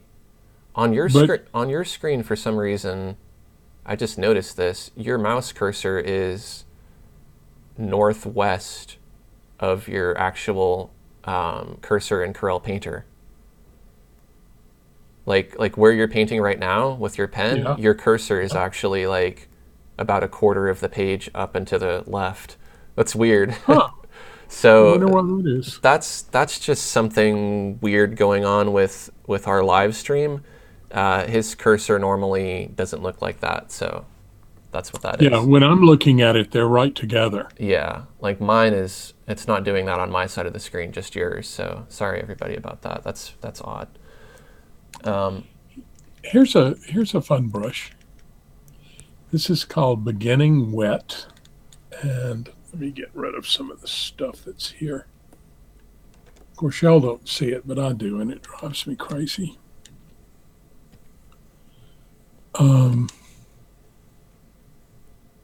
Okay, so what color do I have? And is this brush a color expression? It is. So let's take this, and I don't know which side does what. Let's do it that way. Okay, so yeah, light pressure gives me the blue, and heavy pressure gives me the green. And y'all are probably saying, well, that's nothing exciting until I pick up my brush.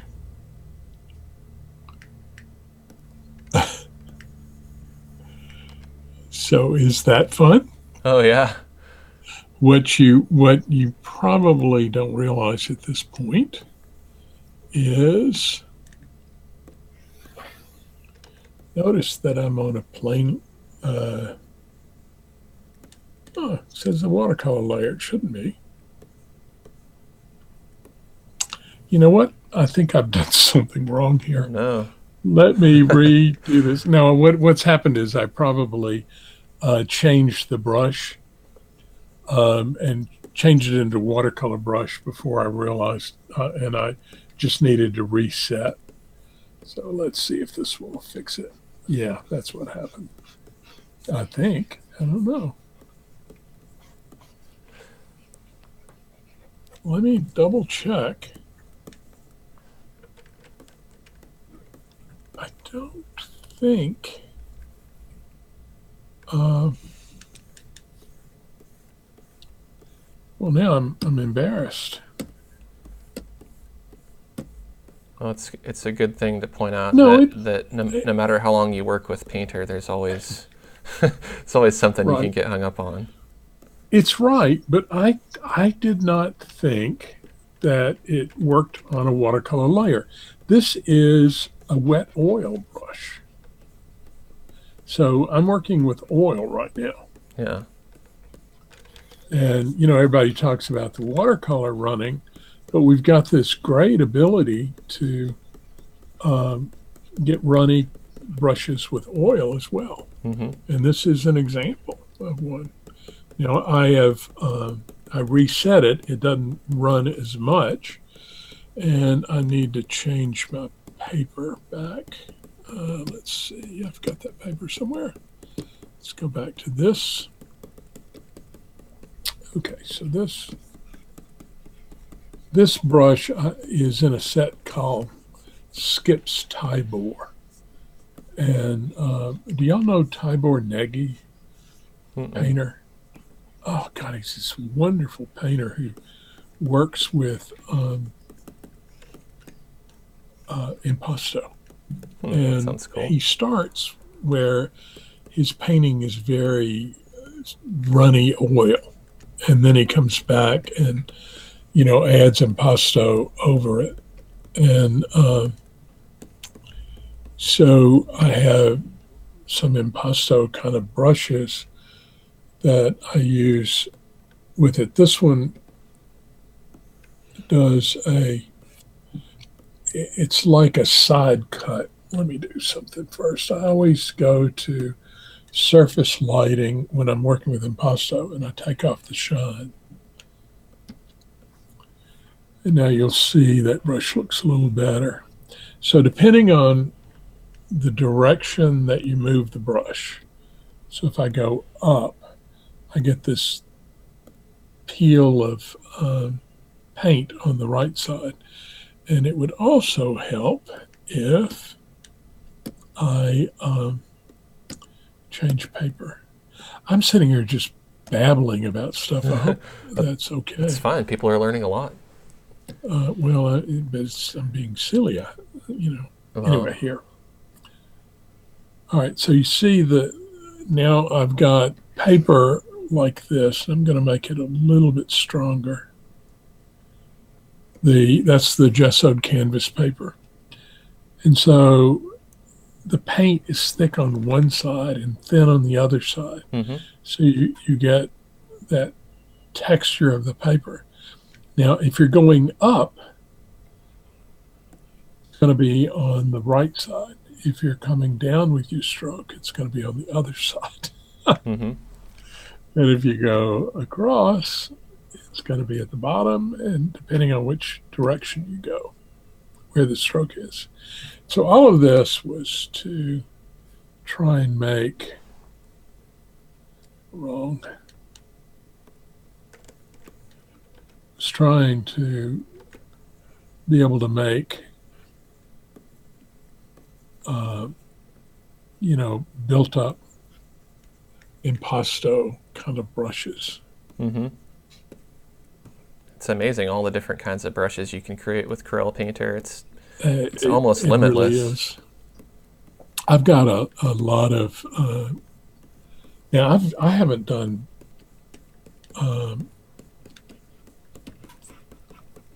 impasto brushes for anybody in a long time. And I've got a bunch. I need to bring these out. Okay, check this one out. Lightly, you get a real nice texture, paper texture. Mm-hmm. But if you, wait a minute, I've got to pick up underlying color on. Oops, I had it open, didn't realize it. No, I'm not working on the canvas. I don't want to work on the canvas. I want to work on a layer. Okay, now, without pick up underlying color. Okay, there we go. And then as you increase your pressure, you take this down a little bit, you cover up the impasto. And nice. as you continue, look, it builds. That's kind of how you would expect it to work. Right. Coming from a traditional background.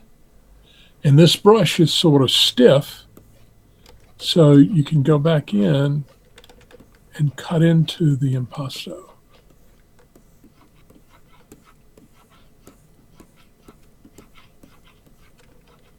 Like that.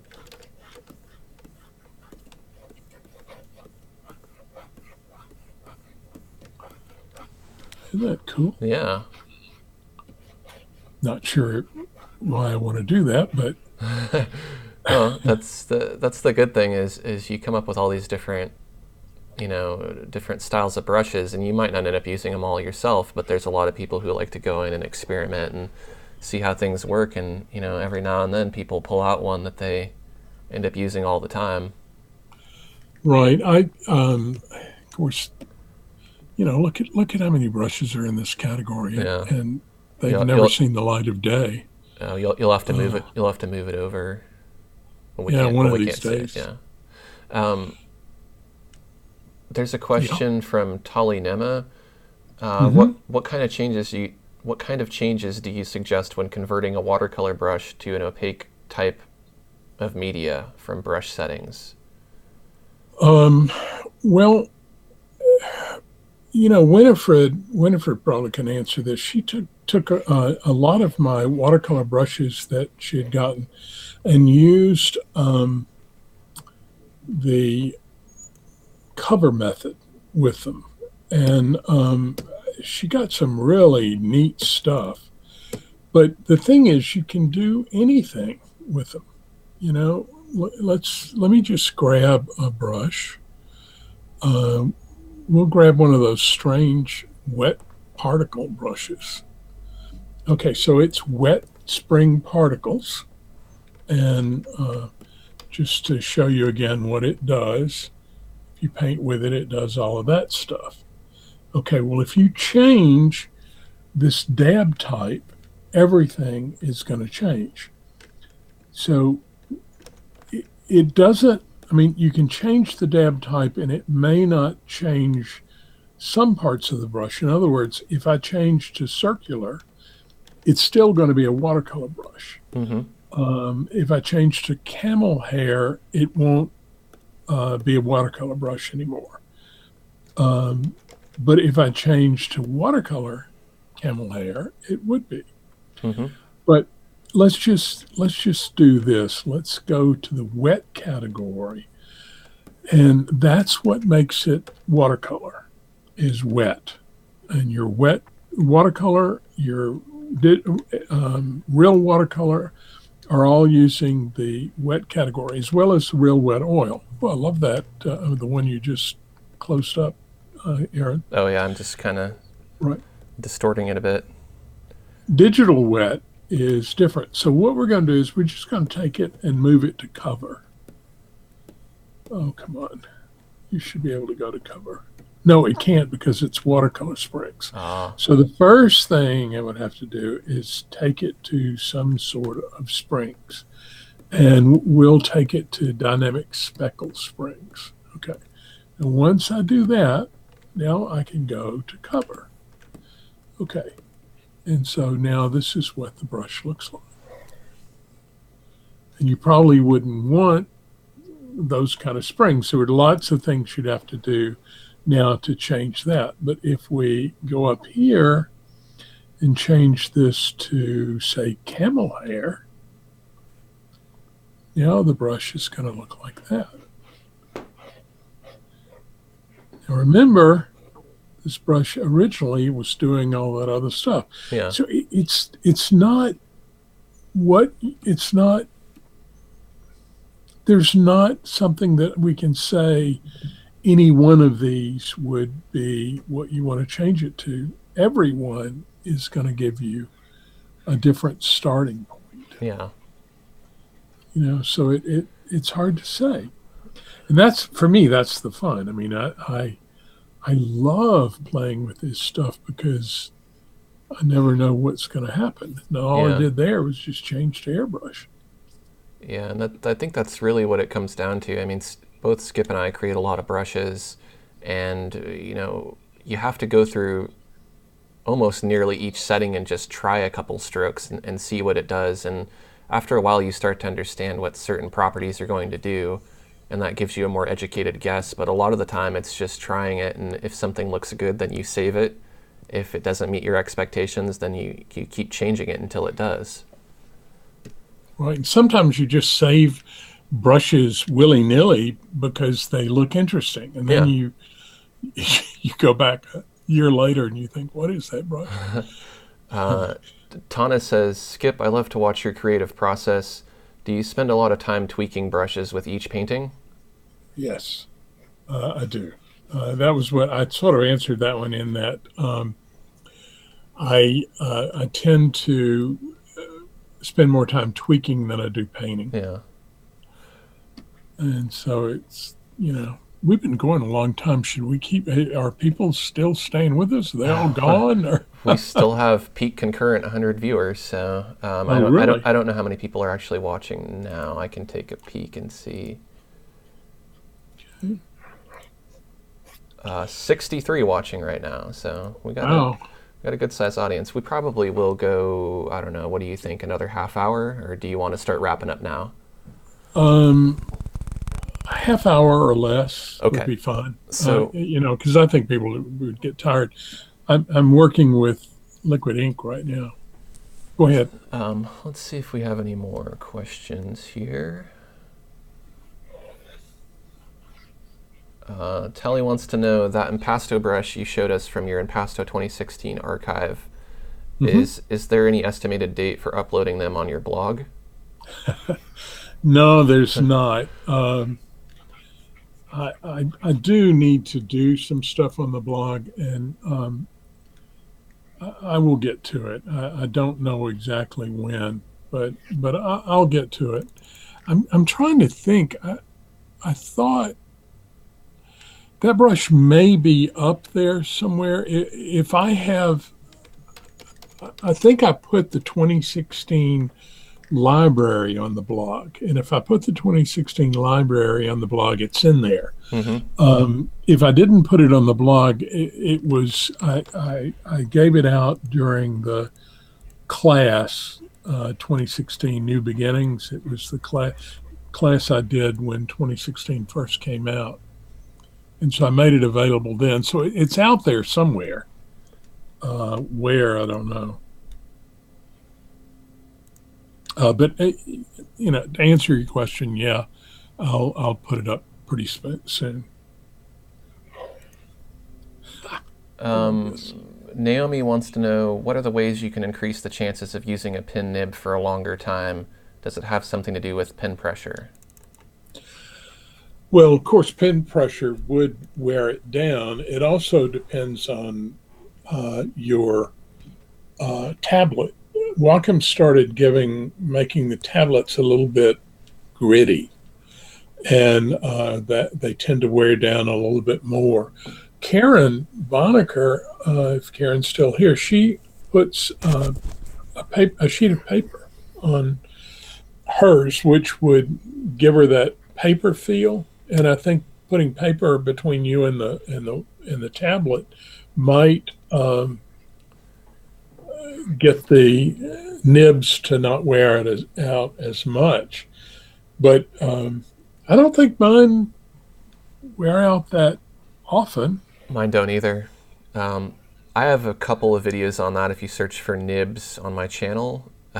It's mainly coming down to technique, you know, like it depends on what you draw.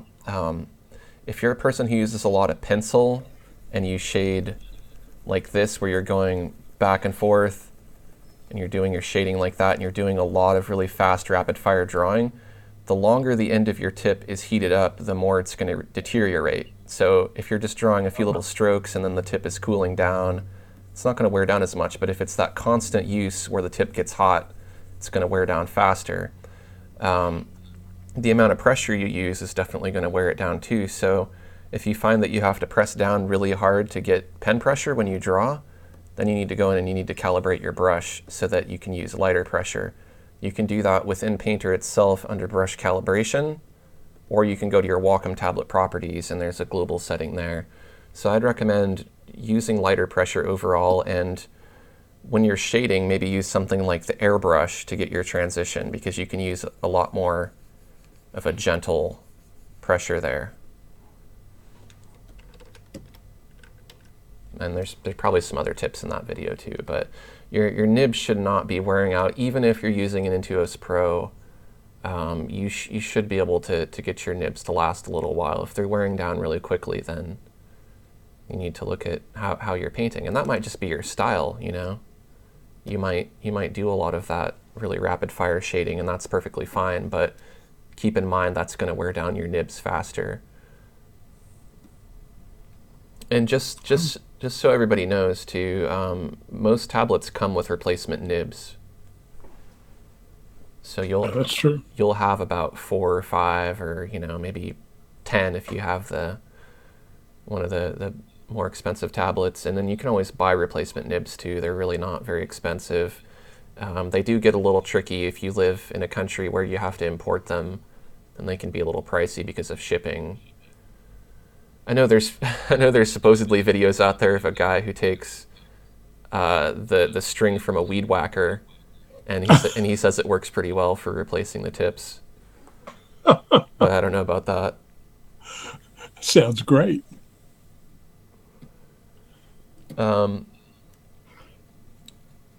Definitely a lot of people mentioning Digital Art Academy. That's a great place to go check out some of Skip's and Karen's and other Corel Painter Masters courses. They got a bunch of courses. Skip has some on watercolor painting there, right? I don't think any of my watercolor classes are active again. I think the only thing I've got is the 2016 New Beginnings, but I am working on a beginner's class, believe it or not. Nice. And I'm excited about that. I should be through with it in a month or two. I had done a beginner's class a long time ago, and I'm kind of excited about doing another one. And is that for beginners in watercolor painting or Corel Painter? No, Corel Painter, beginning class for Corel Painter. It's certainly I'll talk about watercolor at some point, but it really is just for someone who's trying to learn Corel Painter. Now, I will tell you that if you have been using Corel for a while, mm-hmm. It is a good idea to go back and take a beginning class. Yeah, definitely. I have had people come and take my class back when I was doing it, and they were always amazed at what they learned. It's not what they learned, it's what you relearn. You start using Painter in a certain way, and you tend to learn those techniques, and you forget what else is available. Mm-hmm. And so if you go back, you get a chance to go in and start looking at other things that you can do in Corel that you may never have thought about. It's really pretty cool. Yeah. Ooh, that Yeah. would make I love that brush, That's Aaron. I'm just copying you here, being a copycat. Well, that would be a great brush to use for making paper. Yeah. I think right now what I have is a splatter brush, and I think it's going into the flow map, which is the fine dots flow map. Uh huh. Make the flow map smaller, and then you don't see the flow map as much there. These liquid ink brushes are fun. Yeah, I used to love doing liquid ink, and I haven't been doing much anymore. Uh, but I think they are a lot of fun. I started doing my buttery particles. I started making, I mean, buttery, not particles. What is the term? Uh, what are those brushes called? Somebody tell me. Dynamic speckles? No, it's bristly dabs, butter. I don't know. Some kind of brushes I made that, that are butter brushes, but Yeah. It's a good lesson in brush collection and keeping is you can't have too many brushes. People ask me that all the time, can you have too many brushes? And honestly, I don't think I can remember every single brush I have. I make 2 a month for people who donate to me on Patreon. It's kind of one of the perks, and it inspires me or gives me motivation to keep making new brushes. But then it's like I just end up with tons of brushes that other people use and enjoy, but right, I never end up using for a single painting. It's like right, because a lot of them are specialty brushes. They're maybe specific textures or specific kind of a leaf, like a pine needle or something. And so I'm not going to use a pine needle brush in every painting, but when December rolls around, I might bust that thing out. So Thank you, Karen. Buttery oils is the name of the brush, and I've started taking them and turning them into uh, particle brushes. Dynamic speckles and that kind of thing. mm-hmm. And these brushes are pretty popular. I hardly ever use them, but for the people who like to work with oil stuff, they're kind of popular. So I'm working on a new set of these, and this is kind of fun. This one is set up for paper. Let me get another paper.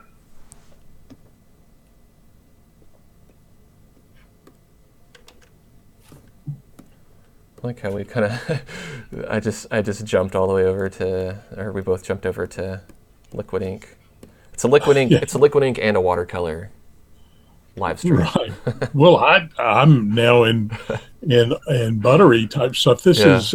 These are uh, either liquid plugins or drip brushes. Mm-hmm. I like those And drip brushes. I've been using mostly drip brushes. For those of you who are wondering what all this stuff I'm doing here, where I'm making all these streaks, these are just different blenders that use the drip method. And then to get it to drip straight down, I'm just holding shift to lock my brush into that vertical orientation there, and that gives me that nice manual drip effect. And of course, since this was a liquid ink layer, I had to convert it to a default layer first or drop it to the canvas. See, this is buttery oils that has like that brush before. It shows grain, and then as you increase your pressure, you're going to go into a different color and impasto. And you can still cut back into it.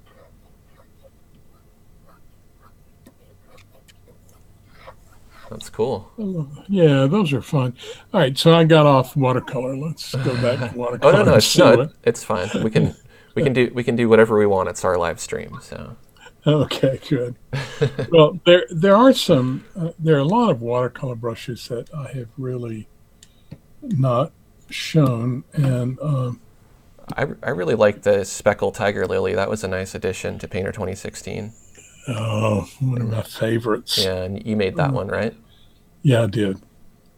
Did I guess it's okay to say that I don't usually talk about any brushes that I make, Yeah. but Aaron and I both have made brushes for Corel. So is Karen, and you know, all of us make them at one time or another. hmm And Do you have a mixer pad in there too? yeah, I do. I do. Um, yeah, the mixer pad has it's supposedly the closest thing I could get to a regular color wheel. Yeah. Of course, it isn't exactly these brushes. I called them basic watercolor granulated, and I did a whole bunch of them. These have been some base brushes that I used to make a lot of the stuff you saw today. This one that's called basic watercolor uh, granulated pale is, when it finally diffuses out, it's paler. And let me see if I got the right one. Yeah, it's paler, but I've got this is a build-up brush. And when you're working with build-up brushes, you the oh, this there we go. Uh, Sometimes the color can get really strange on you. I just reset the brush so that it Uh, wouldn't do the bad color, uh, and it'll go a lot paler. Now I think this is the right one. And then trying to get this bleed of water, so that you don't get a lot of line is hard to do. hmm And but it's still um, it still look like a watercolor brush. Yeah. And this is silly, just playing with brushes like this. It's much better to show how they actually work in the painting. I think So it. I'm I, gonna. I think it's all helpful. So Okay, good. everyone seems like they're learning a lot. Well, I hope so. I'm learning a lot. I don't know that they're learning. It's just get a chance to look at stuff. Let me see what I've got. Dark gray and oh shoot, just did the wrong thing.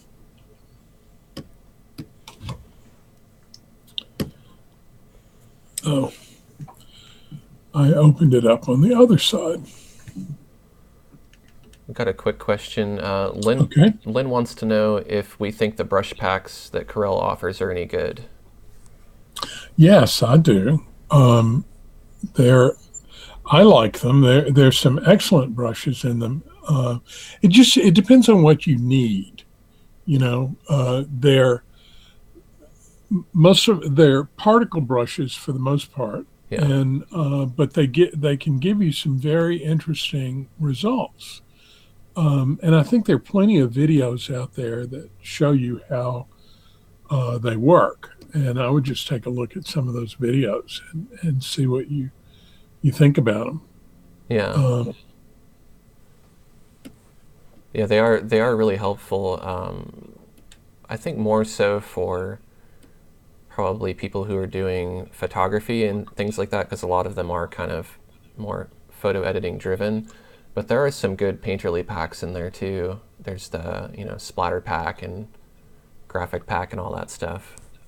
Well, but some of them, I mean, if you're buying the ones for particle shop, they tend to I think, lend themselves to the photograph. But if you're putting those same brushes into Corel, that's not the case. I think they're very painterly. Well, you can customize them in Painter, whereas in Particle Shop you can't. Right. I'm just referring more to like the ones that are for, let's say painting space stuff and fire and hair and things like that. Oh, right. Well, let's see. Okay, like this is easy grain. Let me see. I don't know what color I've got. All right, look at this. It's a wonderful grainy brush that it shows paper grain very, Yeah. very well. Um, and let's see. Let's go to one of these others. Let's go to Dust Ball. Look at that. Oh yeah. And so that one's normally intended for dust, but you can use it for other things. Yeah, you can use it for a lot of different things, but the last time I used it, it was more dusty. I don't know why it's not doing as dusty this time. Let me make sure I've got it set right. I come in and play with brushes, so it's possible that I've changed something on it. But when you work with stuff like this, if you took this, changed it to a watercolor layer. All right, all right, we take that, and I'm going to drop it to the canvas. Okay, Mm-hmm. and now I'm going to lift it to a watercolor layer. Okay, and then I'm going to go and grab. Let's see. Let's go into watercolor, and I will grab. Speckle runny paper reveal will be fine. And now what I'm going to do is go to window. No, to layer, and I'm going to wet entire watercolor layer. And look what begins to happen in that brush. I need it. Let me redo that. Okay, I need a better paper. Let's grab this paper.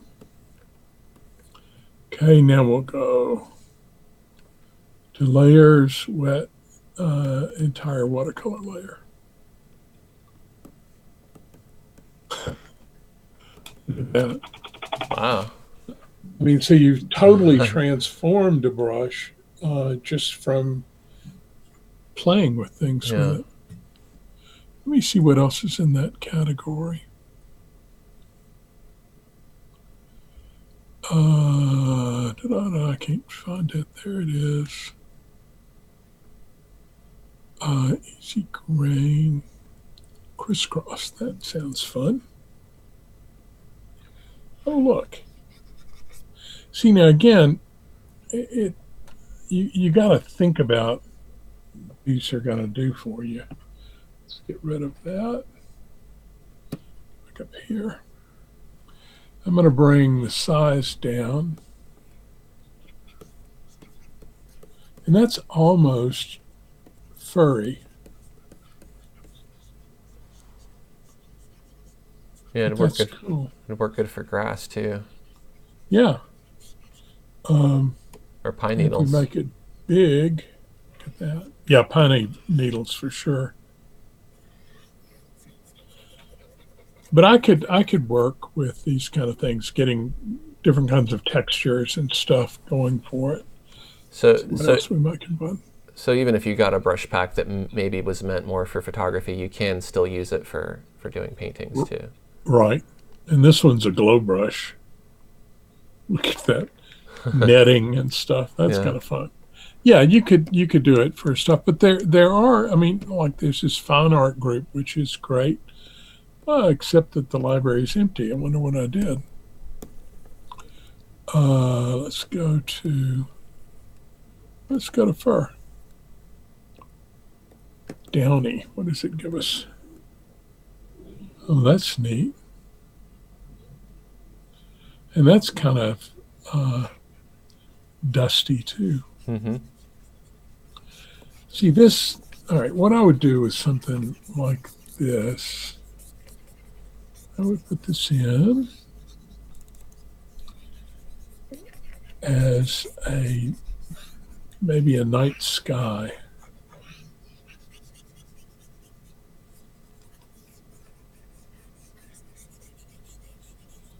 Then I could go to, let's go to storm, and we'll go to highlights, fog lamp. And I'm going to take a yellow color.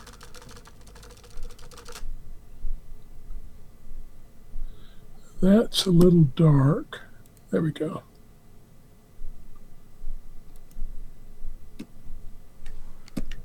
All right, so now I've got street lights Yeah, that's cool. going through there. If I wanted, let's see what this other stuff is. We've got, oh, a tornado is.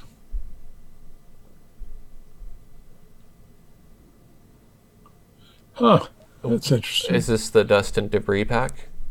No, this one is storm. Storm, okay. So if I took the gray,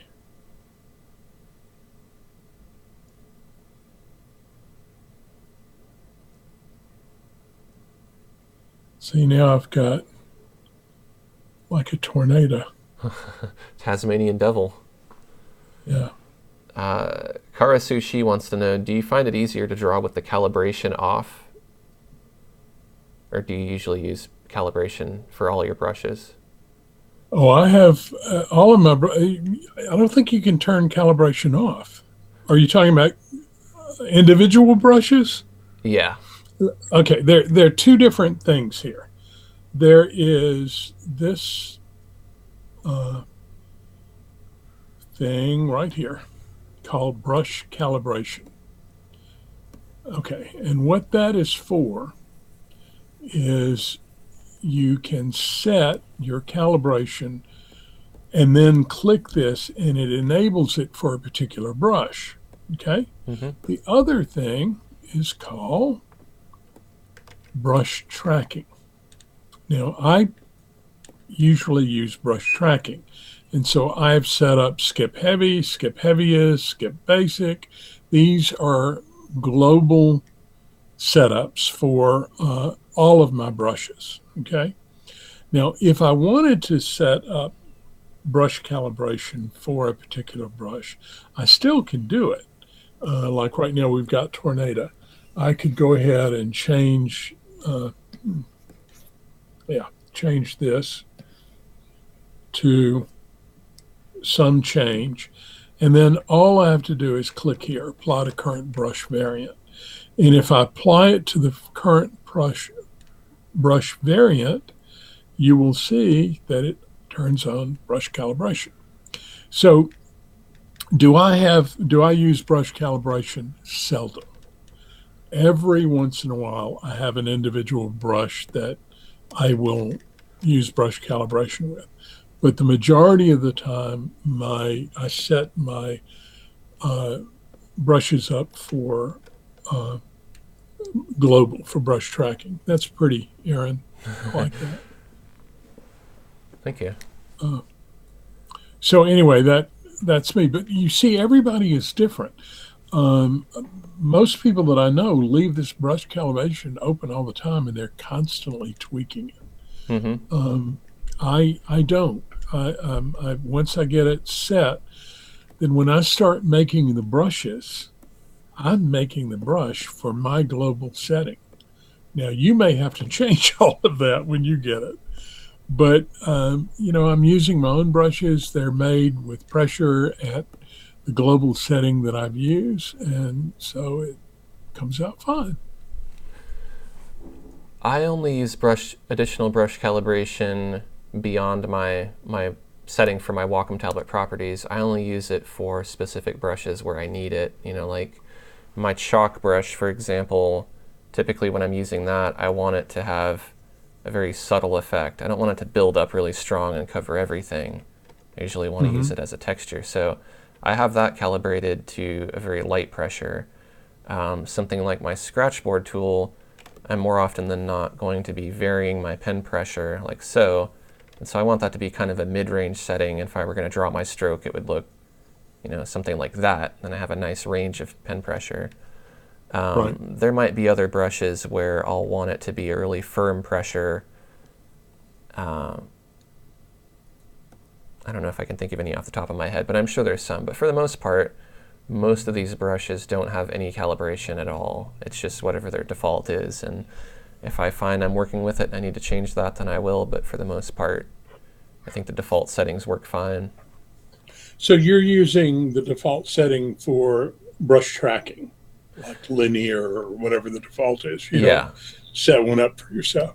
No. Yeah, I usually have to set one up to get what I need. I have a fairly heavy pressure though, and that's Yeah, I do probably too. why. When I would draw on paper in in my traditional drawing days, I would always dent the paper with the pencil because I'd press so hard, and it was really really hard to erase.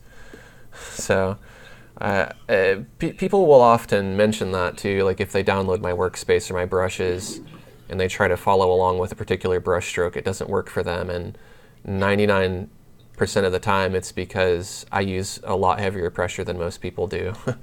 So Right. I just tell them to calibrate their brush or to press much harder, and then then it works for them. That's a nice one for landscapes. Which brush is Yeah, that? this is called Wet on Dry. It's in a group of watercolor brushes called watercolor bristles. And it's similar to some of the brushes I use today. It was probably a starting point.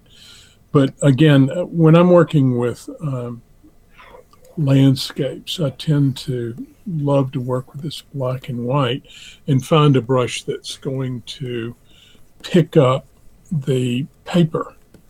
And so right now that's that chaos paper.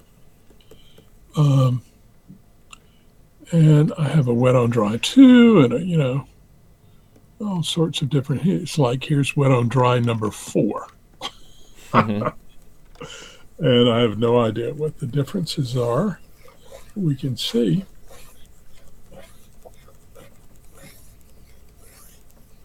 What it means wet on dry is I'm trying to get a brush that appears to be dry. No, the brush is wet, but the paper is really dry. And so that's what I'm trying to get. So if you painted lightly, you would get a kind of a dry stroke. And as you increase your pressure, you squeeze out more of the water from the brush, and it would be wetter down here and drier up there. Now let me take it to a watercolor type paper. I forget I have the paper right there, and why I keep looking for it, I don't know. Okay, there we go. So now if I take this brush and I make it larger, see, now you're going to see how it's kind of dry and then wet, and it's bristly. Yeah. That's what I'm trying to get. Now this would all be for sumi type work, which I love to do. This one's called expressive stroke. I have no idea anymore. Okay, so what this one does is it breaks. You see how it breaks the lines? That's nice. It can bleed back into that. But for me, this would be, see, a great sumi kind of brush.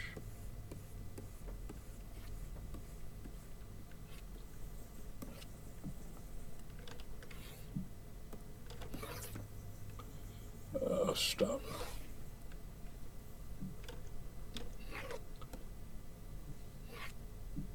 And I love doing this kind of stuff. I could do this all day long. Looks like a dinosaur.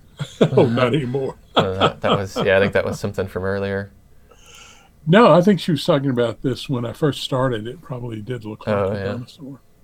Um, but you know, now this brush wouldn't be very good for controlled sumi, where I'm really trying to work with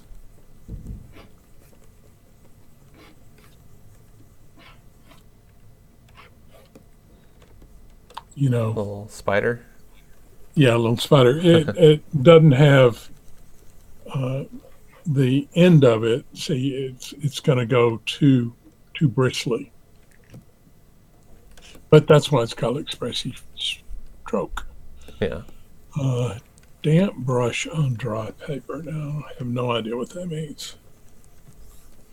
I probably did at one point. Okay, so what's going on here, I think, is it's going to break, like you see, and where it's thick, you're going to actually get some running. Where it's thin, you're not.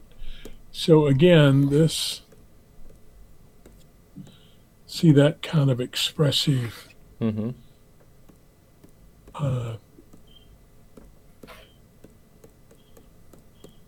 Stroke.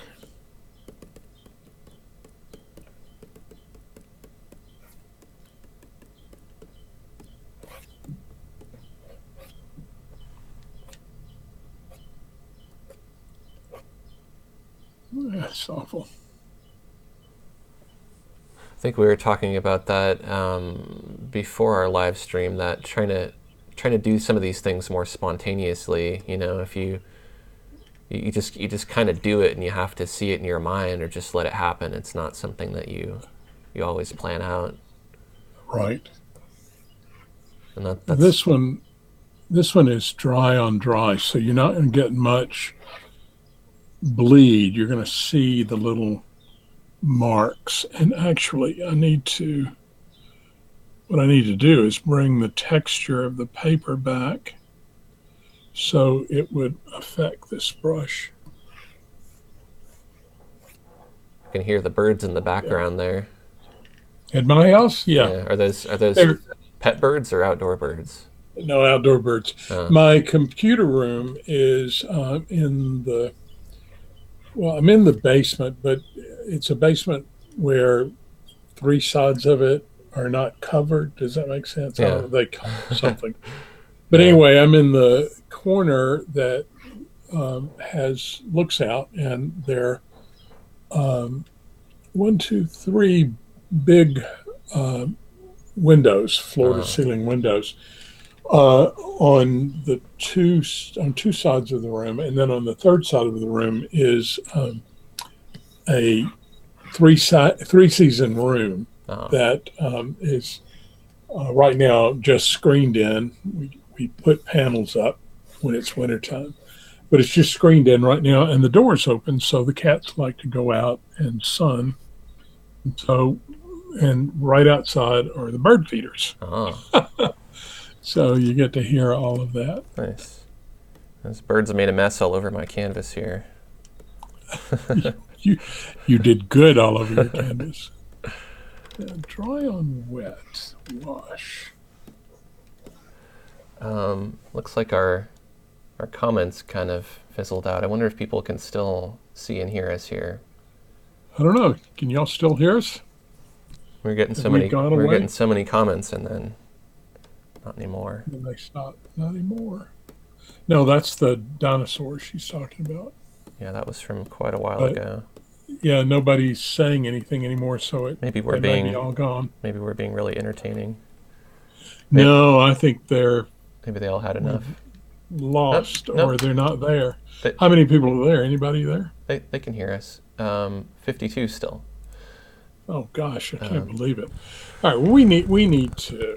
Oh yeah, it's coming through now. There, you told me there was a delay. I didn't realize it. yeah, it's like 30 seconds or something, I think. It's not very long. Yep, they can all still hear us. Okay. Are Okay, are, good. are you all getting bored and tired of watching us paint? Watching quietly. Okay, just watching. Let's Well, it's about 2.5 hours anyways, so let's go ahead and let's start. close. Let's go ahead and start wrapping up. Why don't you let everybody know, just to remind them, and if you want to show this off in on your screen or whatever, how do we find your blog? How do we find your YouTube? And what do you have to offer, like as far as your brushes and courses and things like that? Okay, let me see if I can bring something up. Oh, well, it's up here, isn't it? I forgot. I'm looking at you on the YouTube. Okay, so let me get to my blog.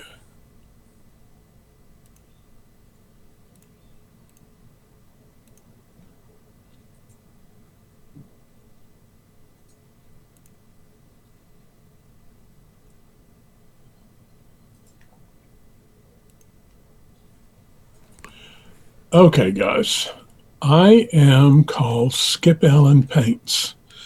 And if you just Google Skip Allen Paints, you'll get my blog. And there's tons and tons of stuff here.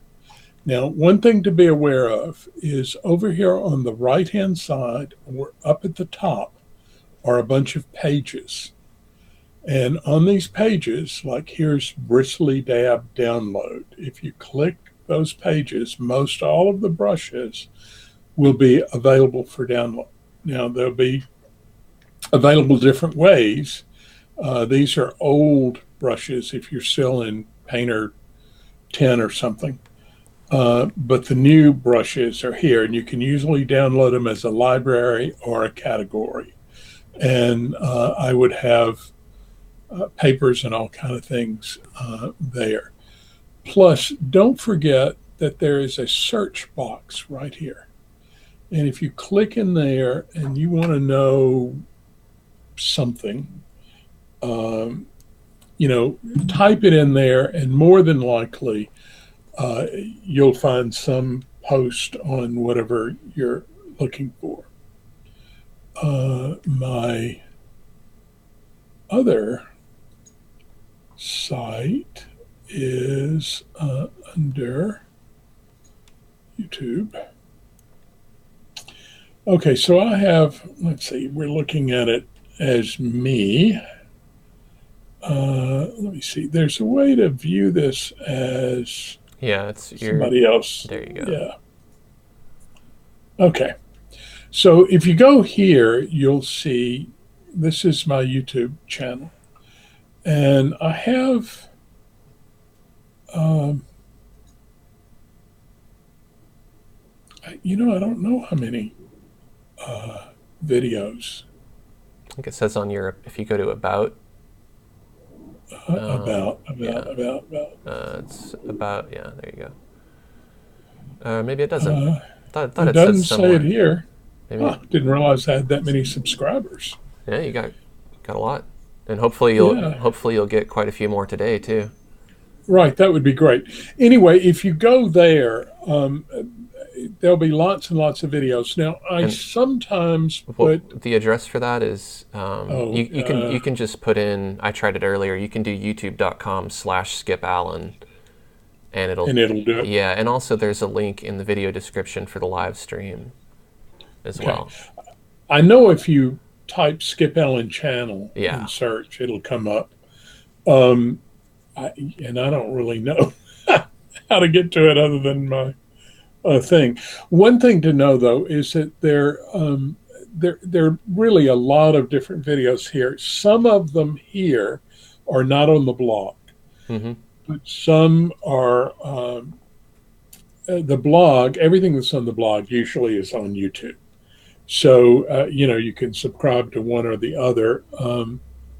I've been trying to make everything on both, but sometimes I do things on YouTube where I'm just answering a question that I see at Painter Factory or someplace like that, Hmm. and so it doesn't go to the blog. Now, one thing that you definitely want to go to is Painter tutorials. And Aaron and I both have a lot of stuff here.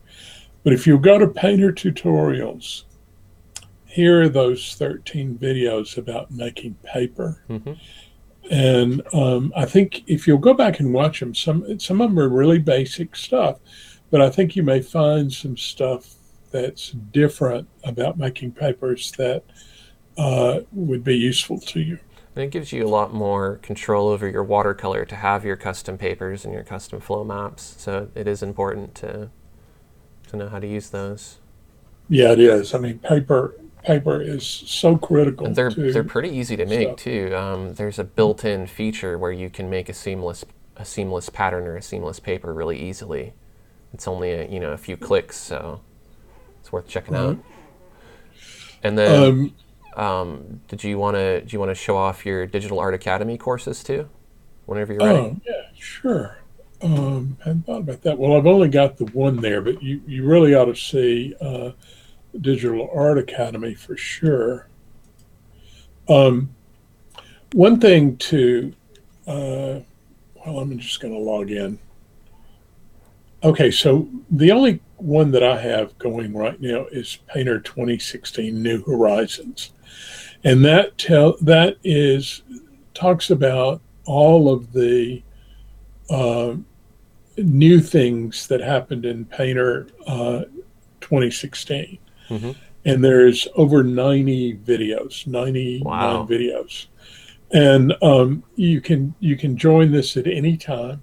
And because the class is over now, but you can join at any time and download all the videos and whatnot. Neat. But yeah, it's really pretty cool. And if you go to, let me go back out uh, here. Okay, so if you go to the Digital Art Academy, we've got Painter Club, which is Karen's club that she does every 6 months. She's just fixing to start the next part of Painter Club, and there is tons and tons of videos and different types of ways of painting. There's portrait painting, and I'm trying to remember. All right, so you got pet portraits with Karen. She's going to have another painting class. Hmm. We've also got some courses by Winifred. Uh, let's see if I can do it this way. Yeah, there's Winifred. And she has some courses going too. I thought they would show up. That shows you how bad I am about uh, going around Hmm. in here. But if you go to just Google Digital Art Academy, uh, you will find the site. And if you look through it, you'll find tons and tons of classes for almost anything that you can imagine. And they'll be wonderful. Here's Creative Portrait Painting by Winifred. And this is an excellent class. Um, the Inner Circle, that's kind of a neat group too. Um, it's just a few people in that class. Uh, Looking intermediate classes. I did that, Karen. Thank you. Karen's probably just horrified that I can't do this. It's because I don't navigate this Well, way often. you're a teacher, not a student, so yeah. Yeah, I don't go in and look in the normal way. There's my class, and Then you have Elena has some beginning classes. I'm not sure if they're still active. They may not be active anymore. Anyway, do go to Digital Art Academy. It is wonderful, wonderful place. It really is. Thank you for letting me say that. Yeah. Now I need to put that back up. The way I'm looking, this is Aaron's screen. I got to see it all.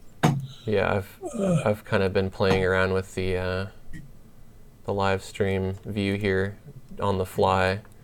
It's like I'm like cropping it to show your whole screen here. I didn't know I could do that. So if you guys at home see the screen shifting around, that's just me doing that. Looks kind of fancy, actually. That's cool. Yeah. Okay. Well, that's all I've got. What you got? Well, I think most people who are watching my channel probably know where to find me, but for those of you who don't, you can check me out on youtube.com/Aaron Rutten. There's a link for that down in the bottom right. You can also go to my website, aaronrutten.com. And I'd love it if you would subscribe to my channel if you haven't already, and subscribe to Skip's channel as well, and also the Corel Painter tutorial channel. And subscribe to my blog. And the blog. And everything else, Facebook and Twitter and Google Plus and all those good things. Those are good ways to stay connected. When we schedule live streams and things like that, that's usually where we let people know. And just so everyone knows, Skip and I will probably do another live stream or 2 or 3 or however many we do. But we appreciate you all joining us today. It was a lot of people, and we hope that you'll join us again for our next live stream. And for a reminder, that's what I did today. Yeah. Do you have anything else to share, Skip? I can't think of anything else to share, Aaron. This has been lots of fun. Thank you so much for inviting me, and I hope folks got stuff out of it. And give me a couple of days, and I'll get the brushes that I worked with up on the site. I'll have them up, but Aaron says this is all recorded, so we'll put those up on. I'll put it on my blog as well as the YouTube channel, but I'll put the brushes on the blog. I don't know how to do it on YouTube. You can just put them on the blog and then put a link. If you send me the link, I'll put it in the video description for this video. Okay. And then people will be able to get it that way. And then I'll also add some. I can add cards and stuff that link to your blog too, I think. Okay.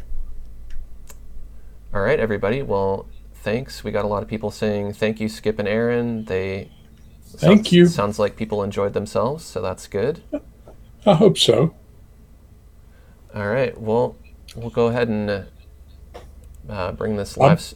What's that? I said bye-bye. Okay. Yeah, we'll go ahead and bring this to a close. We'll see you guys later. Enjoy the rest of your day.